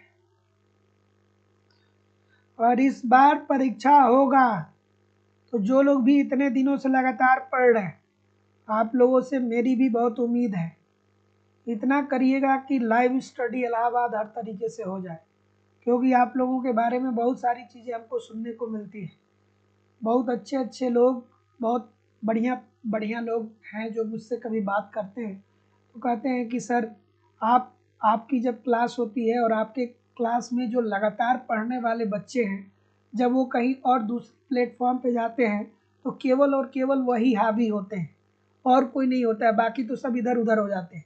लेकिन जब ये लाइव स्टडी इलाहाबाद की झुंड जहाँ पे पहुँच जाती है, वहाँ पे ये मतलब इनकी अलग ही एक छवि होती है। तो मुझे भी बहुत खुशी मिलती है कि मैं आप लोगों के साथ इतना लगा हूँ, इतना प्रयास कर रहा हूँ, और आप लोग भी इतना तन्मयता के साथ मुझे पढ़ रहे हैं, इतना ईमानदारी के साथ मुझे पढ़ रहे हैं। और आप अगर जो मेहनत कर रहे हैं तो निश्चित तौर पे जिसने भी ज़िंदगी में मेहनत किया है, किसी की भी मेहनत बेकार नहीं गई है। बशर्ते सच्चे मन से मेहनत करेंगे तो निश्चित तौर पे आपको सफलता मिलने वाली है। क्या उत्तर आ रहा है भाई? कि निम्नलिखित कथनों पे आप ध्यान दीजिए और ध्यान दे करके बताइए कि कौन सी बातें ठीक है। चलिए देखते हैं, ध्यान देते हैं कि सामान्य वस्तुओं के मामले में आय प्रभाव धनात्मक होता है। तो ये तो बात बिल्कुल ठीक है कि सामान्य वस्तुओं के संदर्भ में आय प्रभाव धनात्मक होता है। अर्थात जब आय प्रभाव धनात्मक होने का मतलब क्या होता है कि जब जब आपकी आय में वृद्धि होती है तो आय में वृद्धि होने के साथ साथ आप वस्तुओं की मांग को भी बढ़ा देते हैं। ठीक है, वस्तुओं की मांग को भी आप बढ़ा देते हैं, तो इसे कहते हैं कि आय प्रभाव धनात्मक है। और सामान्य वस्तुएं मतलब जो आपकी लाइफ में हमेशा प्रयोग में आती है। उत्कृष्ट वस्तुओं के मामले में आय प्रभाव शून्य होता है। अरे नहीं सर, उत्कृष्ट वस्तुओं के संदर्भ में शून्य नहीं होता है, पॉजिटिव होता है विलासिता वस्तुओं के संदर्भ में। क्यों? क्योंकि जितनी तेजी से आपकी आय बढ़ती है उससे कहीं ज्यादा तेजी से आप उपभोग पर व्यय करते हैं, तो ये तो पॉजिटिव होती है ना विलासिता वस्तुओं के संदर्भ में। अगला, सारी गिफिन वस्तुएं निकृष्ट वस्तुएं होती है, परंतु सारी निकृष्ट वस्तुएं गिफिन वस्तुएं नहीं होती है। बिल्कुल ये बात 100% आपकी ठीक है, ये बार बार मैं बताता हूँ। और निकृष्ट वस्तुओं के मामले में आय प्रभाव ऋणात्मक होता है, बिल्कुल सही है। तो जितने लोग भी डी बोल रहे हैं सभी लोग का उत्तर यहाँ पे बिल्कुल ठीक हो जाएगा। और इकोनॉमिक्स की जो कॉन्सेप्ट की क्लास है, पिछले कुछ दिनों से क्लास आप लोगों की हो नहीं पा रही थी क्योंकि एप्लीकेशन पे अपडेट चल रहा था, लेकिन अब सारी प्रॉब्लम समाप्त हो चुकी है, अब सारी समस्याएं खत्म हो चुकी हैं। मंडे से आप लोग अपने अपने बैच में, जहां पहले आप लोग लाइव क्लास ज्वाइन करते थे, उसी तरीके से उसी समय पे मंडे से सभी लोग क्लास को ज्वाइन करना शुरू कर दीजिएगा।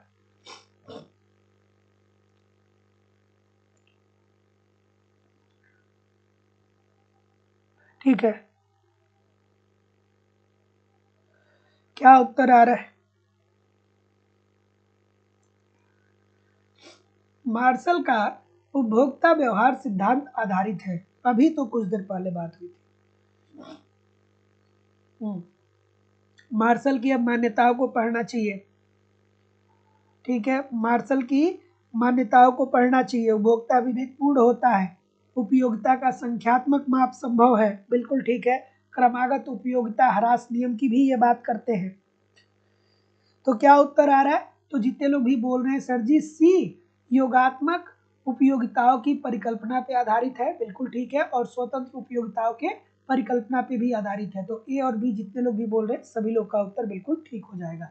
अगला कि उपभोक्ता उस बिंदु पर अपना संतुलन प्राप्त करता है जहां पे, अब आप इकोनॉमिक्स पढ़ते हैं तो आप एक उपभोक्ता के संतुलन को पढ़ते हैं और दूसरा आप क्या पढ़ते हैं, एक उपभोक्ता को के संतुलन को आप पढ़ते हैं और दूसरा आप किसको पढ़ते हैं, एक उपभोक्ता के संतुलन को आप पढ़ते हैं और दूसरा आप किसको पढ़ते हैं।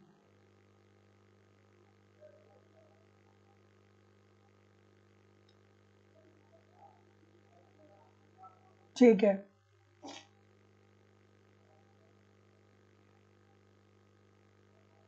हाँ, एक उपभोक्ता के संतुलन को पढ़ते हैं और एक आप उद्योग के संतुलन को पढ़ते हैं, ठीक है। तो उपभोक्ता कब संतुलन की अवस्था में होगा,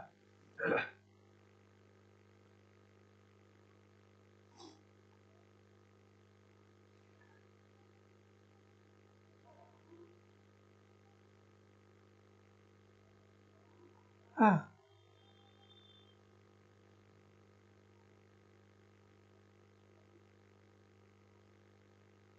क्या उत्तर होगा भाई? तो जितने लोग भी ऑप्शन नंबर डी बोल रहे हैं कि यदि सीमांत उपयोगिता बराबर हो जाती है कीमत के, तभी क्या होता है, उपभोक्ता संतुलन की स्थिति में होता है, अर्थात MUX is equal to PX वाली कंडीशन आपको पता है तो आप इस प्रश्न को आसानी से कर पाएंगे। Option number D according to the question this is the right answer हो जाएगा। अगला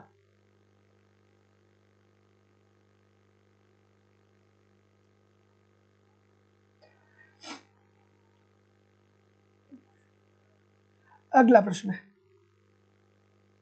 कि अनिश्चित परिणामों के बीच चयन करने वाला एक विवेकपूर्ण उपभोक्ता अपना चयन करेगा। जैसे मान लीजिए कि आप लोगों के पास जो भी इनकम है, जो भी पैसा है, तो भाई मार्केट में तो हजारों और लाखों वस्तुएं पड़ी हुई हैं, पूरी जिंदगी भर भी आप खरीदारी करेंगे तो भी आप सभी वस्तुओं को खरीद नहीं पाएंगे। तो मार्केट में तो बहुत सारी वस्तुएं हैं, लेकिन फिर भी आप क्या करते हैं कि उसमें से कुछ वस्तुओं को ही आप परचेज करते हैं। यही आपसे पूछा जा रहा है कि अनिश्चित परिणाम मतलब अर्थव्यवस्था में तो बहुत सारी वस्तुएं हैं, असंख्य वस्तुएं, अनिश्चित परिणामों के बीच चयन करने वाला एक विवेकपूर्ण उपभोक्ता अपना चयन करेगा। तो आप अगर जो विवेकपूर्ण है तो आप कैसे चयन करेंगे? अब इसमें कोई बहुत बड़ा इकोनॉमिक्स है क्या? इसमें कोई बहुत बड़ा इकोनॉमिक्स है क्या?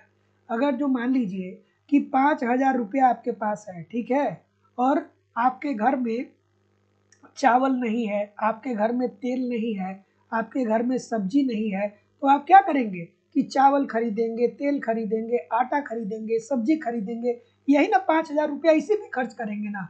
तो आप अपनी उपयोगिता को अधिकतम करेंगे, ऐसा नहीं करेंगे कि 5,000 रुपये है तो चलो एक शाम किसी अच्छे रेस्टोरेंट में बैठ करके और 5,000 रुपये का डिनर कर लो, ऐसा तो आप बिल्कुल नहीं करेंगे।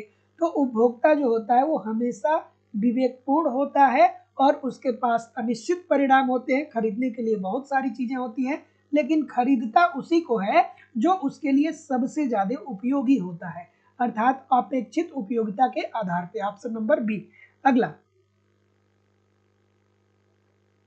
कि किस अर्थव्यवस्था में उपभोक्ता, किस अर्थव्यवस्था को होना चाहिए, उपभोक्ता को सम्राट कहा जाता है। किस अर्थव्यवस्था, ठीक है, किस अर्थव्यवस्था में उपभोक्ता को सम्राट कहा जाता है?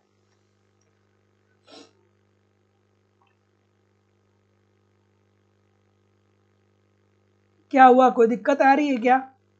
सभी लोग लाइक और शेयर कर दिया करिए। सुधीर जी, नविता भट्ट जी, अक्षय जी, नेहा जी, फरीन फातिमा जी, राजेश कुमार जी, अंकिता अवस्थी जी, सदानंद मिश्रा जी, संजय बहादुर लाल जी, बृष्टि शर्मा जी, राधिका जी, पाली पांडे जी, राधे कृष्ण जी, विकास कुमार मिश्रा जी, सदानंद मिश्रा जी, रश्मि तिवारी जी, सतीश कुमार गुप्ता जी, मोहम्मद शाहिद नूरी जी, फरीन फातिमा जी। इतना तेजी से उत्तर आने लगता है, सबका नाम भी नहीं पढ़ पाते हैं। चलिए कोई बात नहीं, ठीक है। संजय जी, अंगराज जी, ठीक है। चलिए, जिसका नहीं पढ़ा अगली बार पढ़ दूंगा। क्या कोई ऐसी बात आ रही है क्या, मेंबरशिप वाली कोई बात आ रही है क्या? देखिए, आप लोगों से निवेदन है कि YouTube पे कभी भी, मतलब ऐसी कोई अभी हमारा कोई ऐसा स्कीम नहीं है कि मैं आप लोगों को मेंबरशिप प्रोवाइड करा रहा हूँ या आप लोग मुझे YouTube पे पैसा भेजिए। मैं आप लोगों से कहूँगा कि YouTube पे आप 1 रुपये भी मेंबरशिप के लिए या अन्य जो सुपर चैट या अन्य चीज़ें आती है, वो आप लोग कभी मत सेंड करिएगा मुझे, ठीक है ना? उसकी मुझे बहुत ज़्यादा ज़रूरत होती नहीं है, ठीक है? या चाहे कोई भी हो, ठीक है? तो इसका कोई बहुत मतलब नहीं होता है सुपर चैट और इन सारी चीज़ों का। हाँ, चलिए, 2-4 लोगों ने पहले भेजा है तो बस वो यूट्यूब के पास ही है। मैं कभी ऐसा नहीं, मतलब मैं कभी उस पे अप्लाई ही नहीं किया कि वो मेरे अकाउंट में आ पाएगा। तो ऐसा ना करिएगा आप लोग। चलिए, क्या उत्तर आ रहा है कि किस अर्थव्यवस्था में उपभोक्ता को सम्राट कहा जाता है? तो ये बताइए कि ऐसी कौन सी अर्थव्यवस्था होगी जिसमें उपभोक्ता सम्राट होगा? तो आप कहेंगे सर जी, पूंजीवादी अर्थव्यवस्था। क्यों? क्योंकि पूंजीवादी अर्थव्यवस्था के अंतर्गत अनेक क्रेता होते हैं, अनेक क्रेता होते हैं और अनेक विक्रेता होते हैं, ठीक है? अनेक विक्रेता और अनेक पूंजीवादी अर्थव्यवस्था। अनेक अनेक क्रेता होता है, खरीदने वाले बहुत सारे होते हैं, और विक्रेता बहुत सारे होते हैं, असंख्य विक्रेता होते हैं। बस वस्तुओं की कीमतों का निर्धारण मांग व पूर्ति की शक्तियों के आधार पर उद्योग के द्वारा होता है। तो इसमें जब बहुत सारे विक्रेता होंगे तो उपभोक्ता के पास ये स्वतंत्रता होगी कि चलो भाई, हम किसी से भी ले लेंगे। और अगर जो कोई अपनी कीमत को बहुत ज़्यादा बढ़ा करके वस्तुओं को बेच रहा है, तो जो सबसे ज़्यादा कीमत दे रहा है उससे आप कभी भी प्रोडक्ट को नहीं खरीदेंगे। तो हमेशा और हमेशा पूंजीवादी अर्थव्यवस्था में उपभोक्ता को लाभ ही मिलता है। जैसे आप कभी अमेरिकन वेबसाइट पे जाइएगा जहाँ पे वो लोग टी शर्ट बेचते हैं या जहाँ पे वो लोग शर्ट बेचते हैं, वहाँ पे पता है आपको $10 में, $11 में सुंदर सुंदर सा टी शर्ट देखने को मिल जाएगा। लेकिन आपके लिए $10 और $11 आपके लिए बहुत ज़्यादा हो जाएगा। लेकिन उनके यहाँ के लोग जब खरीदेंगे तो उनको तो उस अनुसार क्या हो रहा है कि उनके अनुसार तो वो सस्ता ही है। भारत में कितना रुपया लगता है एक टी शर्ट खरीदने का, ठीक ठाक खरीदेंगे तो? चलिए, क्या उत्तर आ रहा है?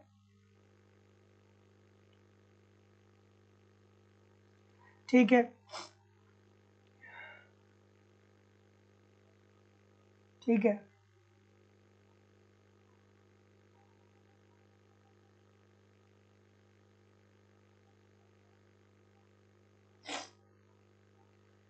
कि आय उपभोग वक्र का प्रयोग किया जाता है। अब अगर जो आपने आय उपभोग वक्र को ठीक तरीके से पढ़ा होगा तो जानते होंगे, नहीं पढ़ा होगा तो नहीं जानते होंगे, इजी सी बात है।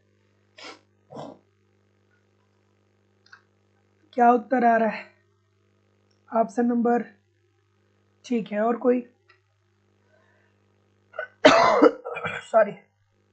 तो जितने लोग भी क्या बोल रहे हैं, ठीक, सी बोल रहे हैं कि सर बचत तथा उपभोग, जब हम लोग आय उपभोग वक्र की बात करते हैं तो उसमें यही तो देखते हैं ना कि लोगों की जो बचत है वो क्या है और लोगों का उपभोग क्या है। और साथ ही साथ हम लोग जोखिम एवं प्रतिभूतियों के आय की भी बात करते हैं। तो जितने लोग भी सी बोल रहे हैं, 3 और 4 बोल रहे हैं, सभी लोग का उत्तर बिल्कुल ठीक हो जाएगा।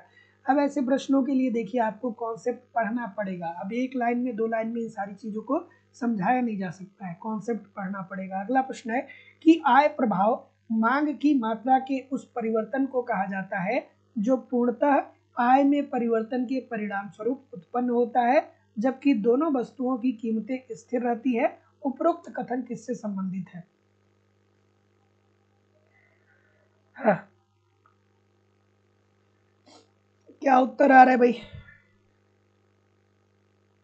ऑप्शन नंबर, सी बोल रहे हैं, बी बोल रहे हैं। तो मैं इतना मेहनत से पढ़ा रहा हूँ, मेरी तबीयत भी ठीक नहीं है, फिर भी पढ़ा रहा हूँ, आप लोग लाइक शेयर क्यों नहीं करते यार? लाइक शेयर क्यों नहीं कर रहे हैं? इतने सारे लोग जुड़े हैं, लाइक शेयर क्यों नहीं कर रहे हैं? सभी लोग एक बार वीडियो को लाइक और शेयर कर दीजिए। इतने सारे लोग क्लास देख रहे हैं, फिर भी लाइक और शेयर की संख्या बहुत कम है।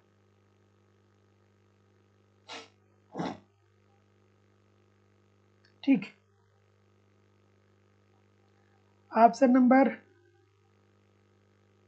तो जितने लोग भी हिग्स की बात कर रहे हैं सभी लोग का उत्तर बिल्कुल ठीक है। ये हिग्स का ही स्टेटमेंट है कि आय प्रभाव मांग की मात्रा के उस परिवर्तन को कहा जाता है जो पूर्णतः आय में परिवर्तन के परिणाम स्वरूप उत्पन्न होता है, जबकि दोनों वस्तुओं की कीमतें स्थिर रहती है। अरे भाई, आय प्रभाव के अंतर्गत हम लोग क्या पढ़ते हैं? यही तो पढ़ते हैं ना कि दो बातें पढ़ते हैं कि अगर जब आपकी आय में वृद्धि होती है तो आय में वृद्धि होने के साथ साथ आप अपने वस्तुओं की मांग को बढ़ाते हैं, और दूसरी कंडीशन में पढ़ते हैं कि जब आपकी आय में कमी आती है तो आप वस्तुओं की मांग को कम कर देते हैं। यही तो बात पढ़ते हैं, यही बात ये बता रहे हैं, बस स्टेटमेंट के रूप में बता रहे हैं। तो जितने लोग भी ऑप्शन नंबर बी बोल रहे हैं ठीक बोल रहे हैं। अगला, स्लस्ट की प्रमेय हमें बताता है, स्लस्ट की प्रमेय हमें क्या बताता है? ठीक है,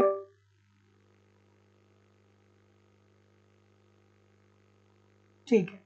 तो देखिए, अभी मैं स्लस्ट की प्रमेय आपको बताया था कुछ देर पहले कि स्लस्ट की प्रमेय के अंतर्गत ये कहा गया कि लोगों की वास्तविक आय को स्थिर रखने के लिए, लोगों की वास्तविक आय को स्थिर रखने के लिए उनके पास मुद्रा की इतनी मात्रा रहने दिया जाए ताकि अगर जो वस्तुओं की कीमतों में वृद्धि हो रही है तो भी वो उन्हीं वस्तुओं के संयोगों को परचेज कर पाए जो पहले से वो परचेज करते हुए आ रहे हैं। ठीक है, इट मीन्स स्लस्टकीय प्रमेय हमें ये बताता है कि लोगों की वास्तविक आय को स्थिर रखने के लिए, लोगों की वास्तविक आय को स्थिर रखने के लिए लोगों के पास मुद्रा की मात्रा इतनी छोड़ दिया जाए कि वस्तुओं की कीमतों में भी अगर जो वृद्धि हो जाती है तो भी वो पहले जितना वस्तुओं को परचेज करते थे, खरीदते थे, उसी प्रकार के संयोग को अभी भी चुन सके, परचेज कर पाए। तो जितने लोग भी ऑप्शन नंबर डी बोल रहे हैं कि मूल्य प्रभाव तथा प्रतिस्थापन प्रभाव तथा आय प्रभाव में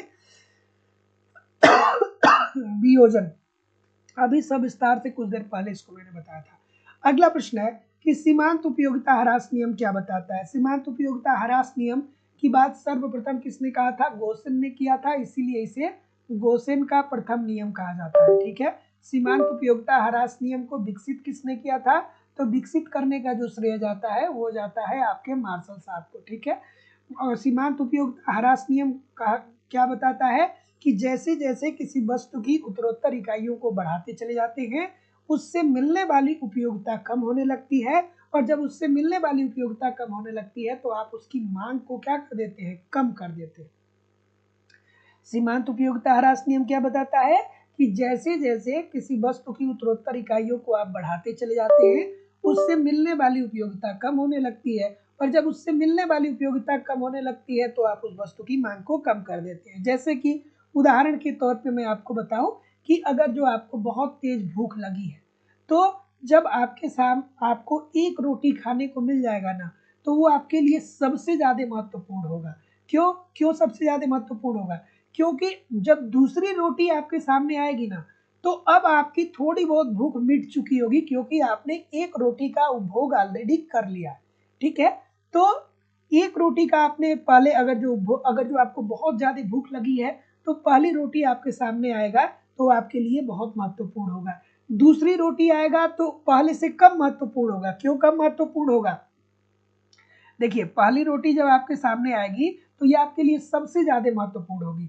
दूसरी कम महत्वपूर्ण होगी क्योंकि पहली ने आपकी थोड़ी सी भूख को खत्म कर दिया। तीसरी और कम महत्वपूर्ण होगी क्योंकि अब दो रोटी आपने खा लिया है तो आपकी भूख और खत्म हो गई है। चौथी रोटी आपके पास आएगी तो वो और कम महत्वपूर्ण होगी, और एक समय ऐसा आएगा जब 4-5 रोटी का उपभोग आप कर लेंगे तो कहेंगे कि अब हमको रोटी की जरूरत नहीं है। अब आपके सामने अगर जो 500 रोटी रख दी जाए तो भी आप एक रोटी भी छुएंगे नहीं, और यहाँ पे आप क्या करेंगे कि रोटी की मांग को कम कर देंगे। यही बताता है सीमांत उपयोगिता ह्रास नियम, जिसे गोसेन का प्रथम नियम कहा जाता है, और इसे विकसित करने का श्रेय मार्शल को जाता है। गोसेन का प्रथम नियम इसलिए कहा जाता है क्योंकि सर्वप्रथम इसकी बात गोसेन साहब ने ही किया था। और क्या कहा था कि जैसे जैसे किसी वस्तु की उत्तरोत्तर इकाइयों को बढ़ाया जाएगा उससे मिलने वाली उपयोगिता कम होने लगेगी। क्या उत्तर होगा भाई? ऑप्शन नंबर डी बोल रहे हैं। और कोई डी के अलावा कोई नहीं है? देखिए कितने सारे लोग गलत कर रहे हैं। बी में क्या दिया गया भाई? व्यक्त करता है कि मांग वक्र नीचे की ओर गिरता हुआ क्यों होता है। ये भी तो बात सही है, ये बात भी तो सही है, ये बात भी सही है, और ये बात भी सही है। उपरोक्त में से कोई नहीं। अब एक चीज यहाँ पे देखिएगा एक चीज देखिएगा, अगर जो हम लोग आयोग के उत्तर की बात करें ना, तो आयोग ने इसमें ऑप्शन नंबर डी माना है। और आयोग का ये कहना था कि मांग वक्र नीचे गिरता है, इसका कारण सीमांत उपयोगिता ह्रास नियम होता है। सीमांत उपयोगिता ह्रास नियम यह नहीं व्यक्त करेगा कि मांग वक्र नीचे की तरफ क्यों गिरता है। मांग वक्र नीचे की तरफ गिरने के कई सारे कारण होते हैं। मांग वक्र नीचे की तरफ गिरता है इसका एक कारण थोड़ी होता है सीमांत उपयोगिता ह्रास नियम, कई कारण होते हैं। तो उस आधार पे उन्होंने ऑप्शन नंबर डी माना है। लेकिन इसका कहीं कहीं पे एक जगह शायद छत्तीसगढ़ में या कहीं अन्य जगह परीक्षा हुई थी, तो असिस्टेंट प्रोफेसर में इसका ऑप्शन नंबर बी माना गया था। ठीक है, तो ये कंफ्यूजन वाली स्थिति है। और अब हमारी समस्या अगर जो आगे आयोग इस प्रश्न को बनाएगा भी, तो वो ऑप्शन नंबर डी को ही लेकर के चलेंगे, इस बात को समझिएगा, है ना। तो ऑप्शन नंबर डी। अगला चलिए कि यदि एक्स बस, देखिए इकोनॉमिक्स में जितने भी पेपर हुए हैं, अब हम लोग के सामने समस्या ये होती है कि कई प्रश्न ऐसे हैं जो इकोनॉमिक्स के अनुसार गलत है, लेकिन फिर भी आयोग उसका उसका उत्तर एक ही तरीके से मानते आया है। ठीक है, जैसे बहुत सारे ऐसे प्रश्न हैं, तो थोड़ा सा इस बात को समझिएगा। ठीक है,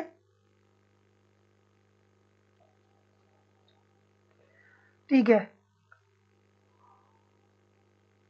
क्या उत्तर आ रहा है? अब यहाँ पे फिर वही कंडीशन आपको याद आनी चाहिए। कौन सी कंडीशन? कौन सी कंडीशन आपको याद आनी चाहिए? M U X upon M U Y is equal to P X upon P Y. अगर जो कॉन्सेप्ट आपने पढ़ा है तो ये वाली कंडीशन जब याद आ जाएगी तो आप बड़े आसानी से इस प्रश्न को सही कर सकते हैं। तो यदि x वस्तु की अंतिम इकाई के उपभोग से प्राप्त सीमांत उपयोगिता y वस्तु की अंतिम इकाई के उपभोग से प्राप्त सीमांत उपयोगिता के 2 गुना है, ये देखिए 2 गुना है, तब ऐसी स्थिति में उपभोक्ता संतुलन की स्थिति में क्या होगा? तो x वस्तु की कीमत y वस्तु की कीमत से क्या हो जाएगी?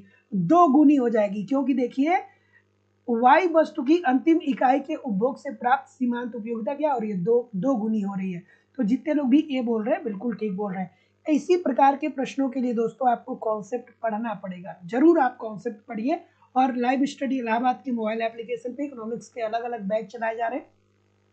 सभी बैचेस में आपको आपके सिलेबस के अनुसार कंप्लीट कॉन्सेप्ट पढ़ाए जा रहे हैं, अर्थात थियरी की क्लास होती है, लाइव क्लास होती है। लाइव क्लास में आप नहीं जुड़ते हैं तो बाद में रिकॉर्डेड क्लास आपको मिल जाता है। कंप्लीट इकोनॉमिक्स का नोट्स भी मैं दे रहा हूँ, टेस्ट सीरीज भी प्रोवाइड करा रहा हूँ, प्रीवियस ईयर का क्वेश्चन पेपर और करंट सारी चीज़ें दी जा रही हैं। आप इसे ठीक तरीके से एप्लीकेशन पे फॉलो करिए, यूट्यूब पे प्रैक्टिस करते रहिए। मैं निश्चित तौर पे कर सकता हूँ कि कहीं भी इधर उधर से आपको कुछ कलेक्ट करने की जरूरत नहीं होगी, सब कुछ आपको यहाँ से मिल जाएगा। बशर्ते मेरी सारी 200 क्लास मैं एप्लीकेशन पे देता हूँ और कम से कम 100 क्लास यूट्यूब पे आप करिए। अगर जो 300 क्लास कर लेते हैं तो आप कोई भी इकोनॉमिक्स का पेपर उठा करके देख लीजिएगा, आप निश्चित तौर पे उसमें इतना कर देंगे कि आपको सिलेक्शन मिल जाए। बशर्ते अपना धैर्य बना करके रखिएगा। क्या उत्तर आ रहा है भाई? तो कुल उपयोगिता अधिकतम होगी जब सीमांत उपयोगिता क्या होगी? शून्य होगी। अभी तो मैंने बताया कि देखिए भैया, जैसे जैसे किसी वस्तु की उत्तरोत्तर इकाइयों को बढ़ाते चले जाते हैं, सीमांत उपयोगिता कम होने लगती है। और जहां पर आपकी उपयोगिता अधिकतम होती है वहां पे सीमांत उपयोगिता शून्य हो जाती है। जैसे कि मैंने आपको बताया कि आपको भूख लगी है तो पहली रोटी आपके लिए बहुत महत्वपूर्ण है, लेकिन जब 4-5 रोटी का उपभोग कर लेंगे तो चाहे आपके सामने किसी भी प्रकार की रोटी आ जाए, कितनी भी रोटी आ जाए, आप नहीं खाएंगे। क्यों? क्योंकि आपकी भूख मिट चुकी है, अर्थात आपकी उपयोगिता अधिकतम हो चुकी है और इस बिंदु पे आपकी सीमांत उपयोगिता शून्य हो चुकी है। अगला, सीमांत उपयोगिता के विचार को विकसित किया। अब दो प्रश्न यहां से पूछा जाता है, बहुत महत्वपूर्ण, बार बार पूछा जाता है, थोड़ा आराम से करिए, ठीक है। और जो लोग भी कोर्स परचेज करना चाहते हैं वो नीचे डिस्क्रिप्शन बॉक्स में जाकर के एप्लीकेशन को डाउनलोड करके वहां से डायरेक्ट परचेज कर सकते हैं, या किसी भी इंक्वायरी के लिए जो नीचे नंबर आ रहा है इस पर कॉल या व्हाट्सएप मैसेज कर सकते हैं। या अगर जो आपको केवल इकोनॉमिक्स का नोट्स चाहिए तो आपको कंप्लीट इकोनॉमिक्स का नोट्स दिया जा रहा है। एक बार उस नोट्स को आप परचेज कर लेंगे तो फिर दोबारा आपको इधर उधर से किसी भी प्रकार की नोट्स की जरूरत नहीं पड़ेगी। अगर जो आपको लगता है कि आपको इकोनॉमिक्स के नोट्स का डेमो चाहिए तो आप मुझे इस नंबर पे कॉल या व्हाट्सएप मैसेज कर दीजिएगा, तो मैं आपको किस तरीके का नोट्स वो प्रोवाइड करा दूंगा, आप देख लीजिएगा, ठीक है। बशर्ते मैं आपको बस इतना कह सकता हूँ कि आप एक बार नोट्स परचेज कर लेंगे तो आपको इकोनॉमिक्स के सारे यूनिट मिलेंगे, समय समय पे उसमें अपडेट भी आएगा, करंट भी होगी, मतलब कुछ भी आपको इधर उधर से नोट्स देखने की जरूरत नहीं होगी। यूनिट वाइज नोट्स होंगे, सारे अलग अलग यूनिट के नोट्स होंगे, आपको मिल जाएंगे। चलिए, हाँ, सीमांत उपयोगिता के विचार को किसने विकसित किया था? तो जैसा कि मैं देख पा रहा हूं कि क्या बोल रहे हैं सर, डी बोल रहे हैं, मार्शल की बात बोल रहे हैं, ठीक है। प्रश्न पूछा जाता है कि सीमांत उपयोगिता का विचार सर्वप्रथम किसने दिया था? तो सर्वप्रथम किसने दिया था? तो सर्वप्रथम जेवेंस ने दिया था, जेवेंस ने। और विकसित किसने किया था? तो जो विकसित करने का कार्य किया था वो थे हमारे मार्शल साहब, ठीक है, मार्शल साहब। सो ऑप्शन नंबर, जितने लोग भी डी बोल रहे हैं ठीक बोल रहे हैं। अगला, ठीक है, अगला खूबसूरत सा प्रश्न है कि मान ले कि एक वस्तु का उत्पादन ऐसा उद्योग करता है जिसमें ह्रासमान लागत नियम लागू हो रहा है। मतलब अभी जो उद्योग है वो संतुलन की स्थिति में विद्यमान नहीं है, क्योंकि संतुलन की स्थिति में रहेगा तो वो दूसरी कंडीशन में रहेगा, अर्थात वहां पे स्थिर लागत नियम क्रियाशील होगा। लेकिन ये ह्रासमान लागत नियम है, ये तीसरी कंडीशन है, ये तीसरी कंडीशन है, ठीक है। अन्य बातों के समान रहते हुए वस्तु पर बिक्री कर का प्रभाव पड़ेगा कि, ठीक है। अब तीन कंडीशन होता है। पहली कंडीशन में क्या होता है? पहली कंडीशन में ये होता है कि यहाँ पे जो फर्म होता है ये स्थिर लागतों को वहन कर लेता है, लेकिन अनुभवहीन होने के कारण ये शुरू में अपने उत्पादन के सभी साधनों से मैक्सिमम उत्पादन नहीं करता, लेकिन धीरे धीरे जब इससे अनुभव बढ़ता चला जाता है तो इसकी औसत लागत कम होने लगती है, ठीक है। तो वृद्धिमान लागत होता है पहला।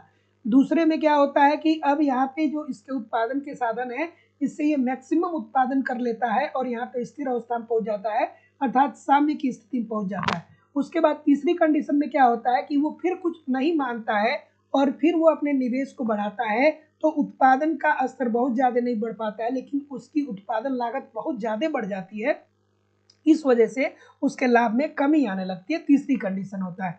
तो जितने लोग भी ऑप्शन नंबर क्या बोल रहे हैं, क्या बोल रहे हैं? ये बोल रहे हैं ना कि उपभोक्ता की कीमत में वृद्धि उस कर की मात्रा से अधिक हो जाएगी। बिल्कुल बात 100% ठीक है, क्योंकि वो ह्रासमान लागत नियम की बात कर रहा है। वृद्धिमान लागत नियम क्या होता है, स्थिर लागत नियम क्या होता है, ह्रासमान लागत नियम क्या होता है, अब ये कैसे पढ़ेंगे आप अगर जो नई कॉन्सेप्ट आपको पता है तो। अगला, कि तटस्थता वक्र मूल बिंदु की ओर उन्नतोत्तर होता है। क्यों उन्नतोत्तर होता है भैया? तटस्थता वक्र मूल बिंदु की ओर उन्नतोत्तर, ठीक है। क्या उत्तर आ रहा है? ठीक है, क्या उत्तर आ रहा है? तो तटस्थता वक्र मूल बिंदु की ओर उन्नतोत्तर क्यों होता है? बच्चों वाली बात है भाई, दो वस्तुओं के संयोगों को प्रकट करता है, और अगर जो एक वस्तु की मात्रा को आपको बढ़ानी है तो दूसरी वस्तु की मात्रा को आपको क्या करनी पड़ती है, कम करनी पड़ती है। इजी सी बात है, बच्चों वाली बात है। तो वह वस्तु जिसका परिणाम उपभोक्ता के पास बढ़ रहा है वो क्या होता है, वो कम महत्वपूर्ण होता चला जाता है। अगला, उपभोक्ता संतुलन में कब होता है। आप भी तो उपभोक्ता है, आप संतुलन में कब होंगे बताइए। उपभोक्ता मतलब कोई और थोड़ी, आप भी हैं, हम भी हैं, जो भी जिंदगी को जी रहा है वो सब उपभोक्ता है, क्योंकि किसी न किसी वस्तु का आप उपभोग कर रहे हैं ना सर। ठीक है,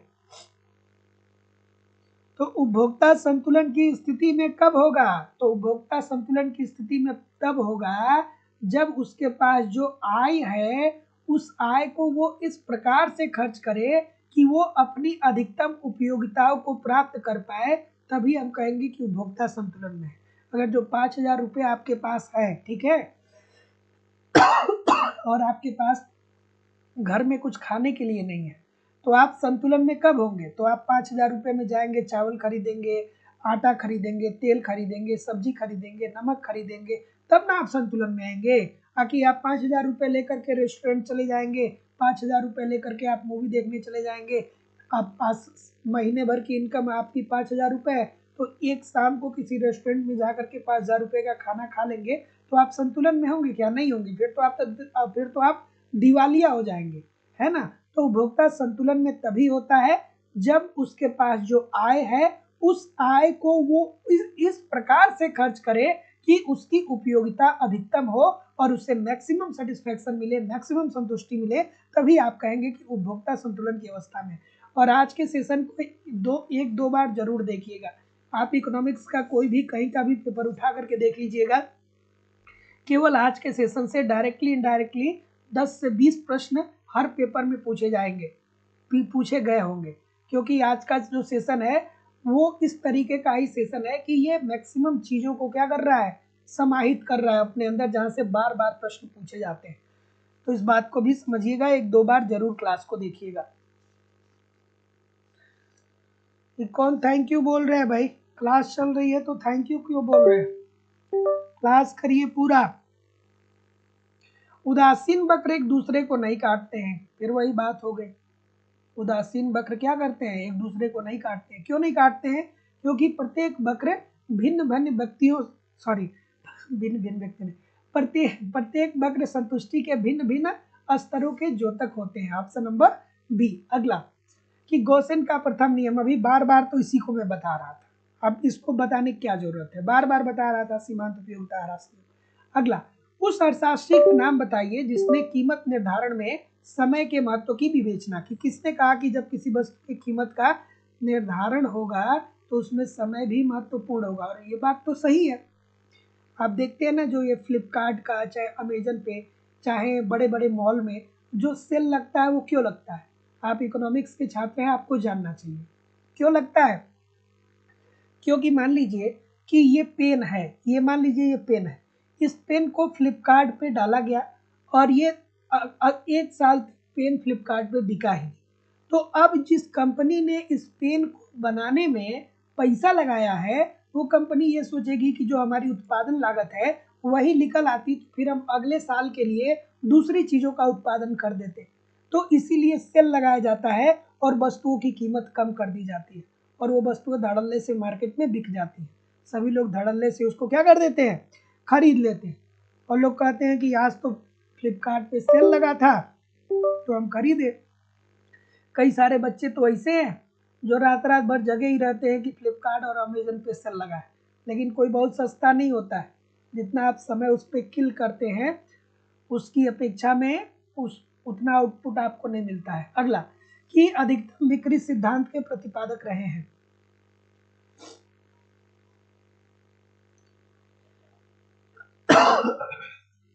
किसने कहा कि अधिकतम लाभ, एक फर्म को अधिकतम लाभ की तरफ नहीं देखना चाहिए, उसे अधिकतम वस्तुओं को बेचना चाहिए, ठीक है, क्योंकि अगर जो अधिकतम वस्तुओं को बेचा जाएगा तो लाभ अधिकतम हो ही जाएगा। तो अधिकतम बिक्री सिद्धांत बॉमोल साहब के द्वारा दिया गया था, और इन्होंने ये कहा था कि देखिए भैया, वस्तुओं को आप ज्यादा बेचने का प्रयास करिए, आप ज्यादा लाभ कमाने का प्रयास न करिए। जब आप अधिकतम वस्तुओं को बेचेंगे तो आपके लाभ ऑलरेडी अधिकतम हो जाएंगे। अगला, जिन वस्तुओं का बाजार में कोई मूल्य नहीं होता है वे कहलाते हैं। जैसे जैसे हवा है, तो हवा का बाजार में कोई मूल्य है क्या? नहीं है। ऑक्सीजन का कोई बाजार में मूल्य है क्या? ठीक है, चलिए, कोई मूल्य है क्या? नहीं है ना, आप लेते हैं ना ऑक्सीजन को। चलिए बताइए, तो इसे हम कहेंगे अनआर्थिक वस्तु, मतलब जिसमें कोई अर्थ नहीं लगा हुआ है। अगला, कि यदि परिवार की आय एवं दो वस्तुओं की कीमतें दी हुई हो तो उन वस्तुओं के विभिन्न सम्मिश्रण जिसे प्राप्त किया जाता है को प्रदर्शित करने वाली रेखा कहलाती है। बच्चों वाला प्रश्न, क्या उत्तर आ रहा है भाई?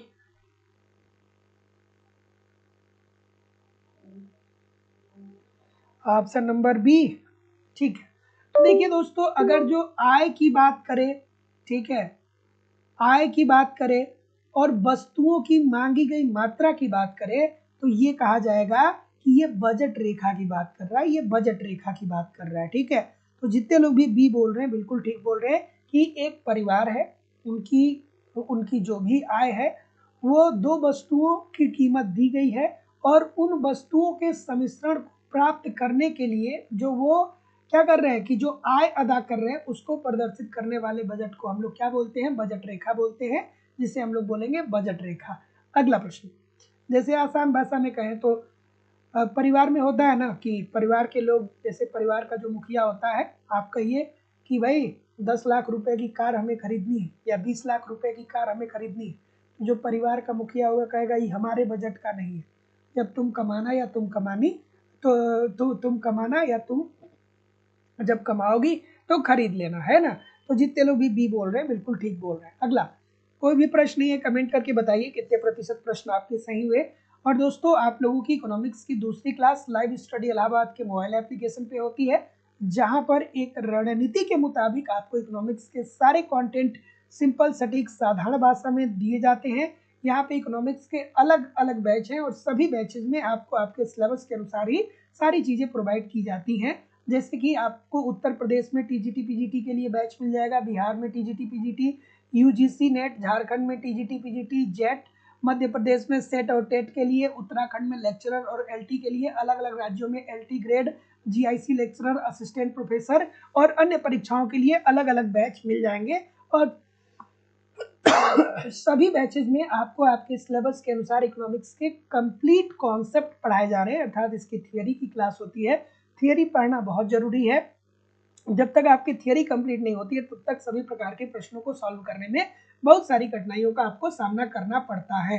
इसकी लाइव क्लास होती है, लाइव क्लास में आप नहीं जुड़ते हैं तो बाद में आपको रिकॉर्डेड क्लास मिल जाती है, सिंपल सटीक साधारण भाषा में कंप्लीट आपको इकोनॉमिक्स पढ़ाया जा रहा है। साथ ही साथ कंप्लीट आपको इकोनॉमिक्स का नोट्स भी दिया जा रहा है, मेरी खुद की हैंड राइटिंग का मैं नोट्स आपको दे रहा हूँ, ताकि आप एक तरफ कॉन्सेप्ट को पढ़िए और दूसरी तरफ नोट्स के माध्यम से रिविजन करते रहिए।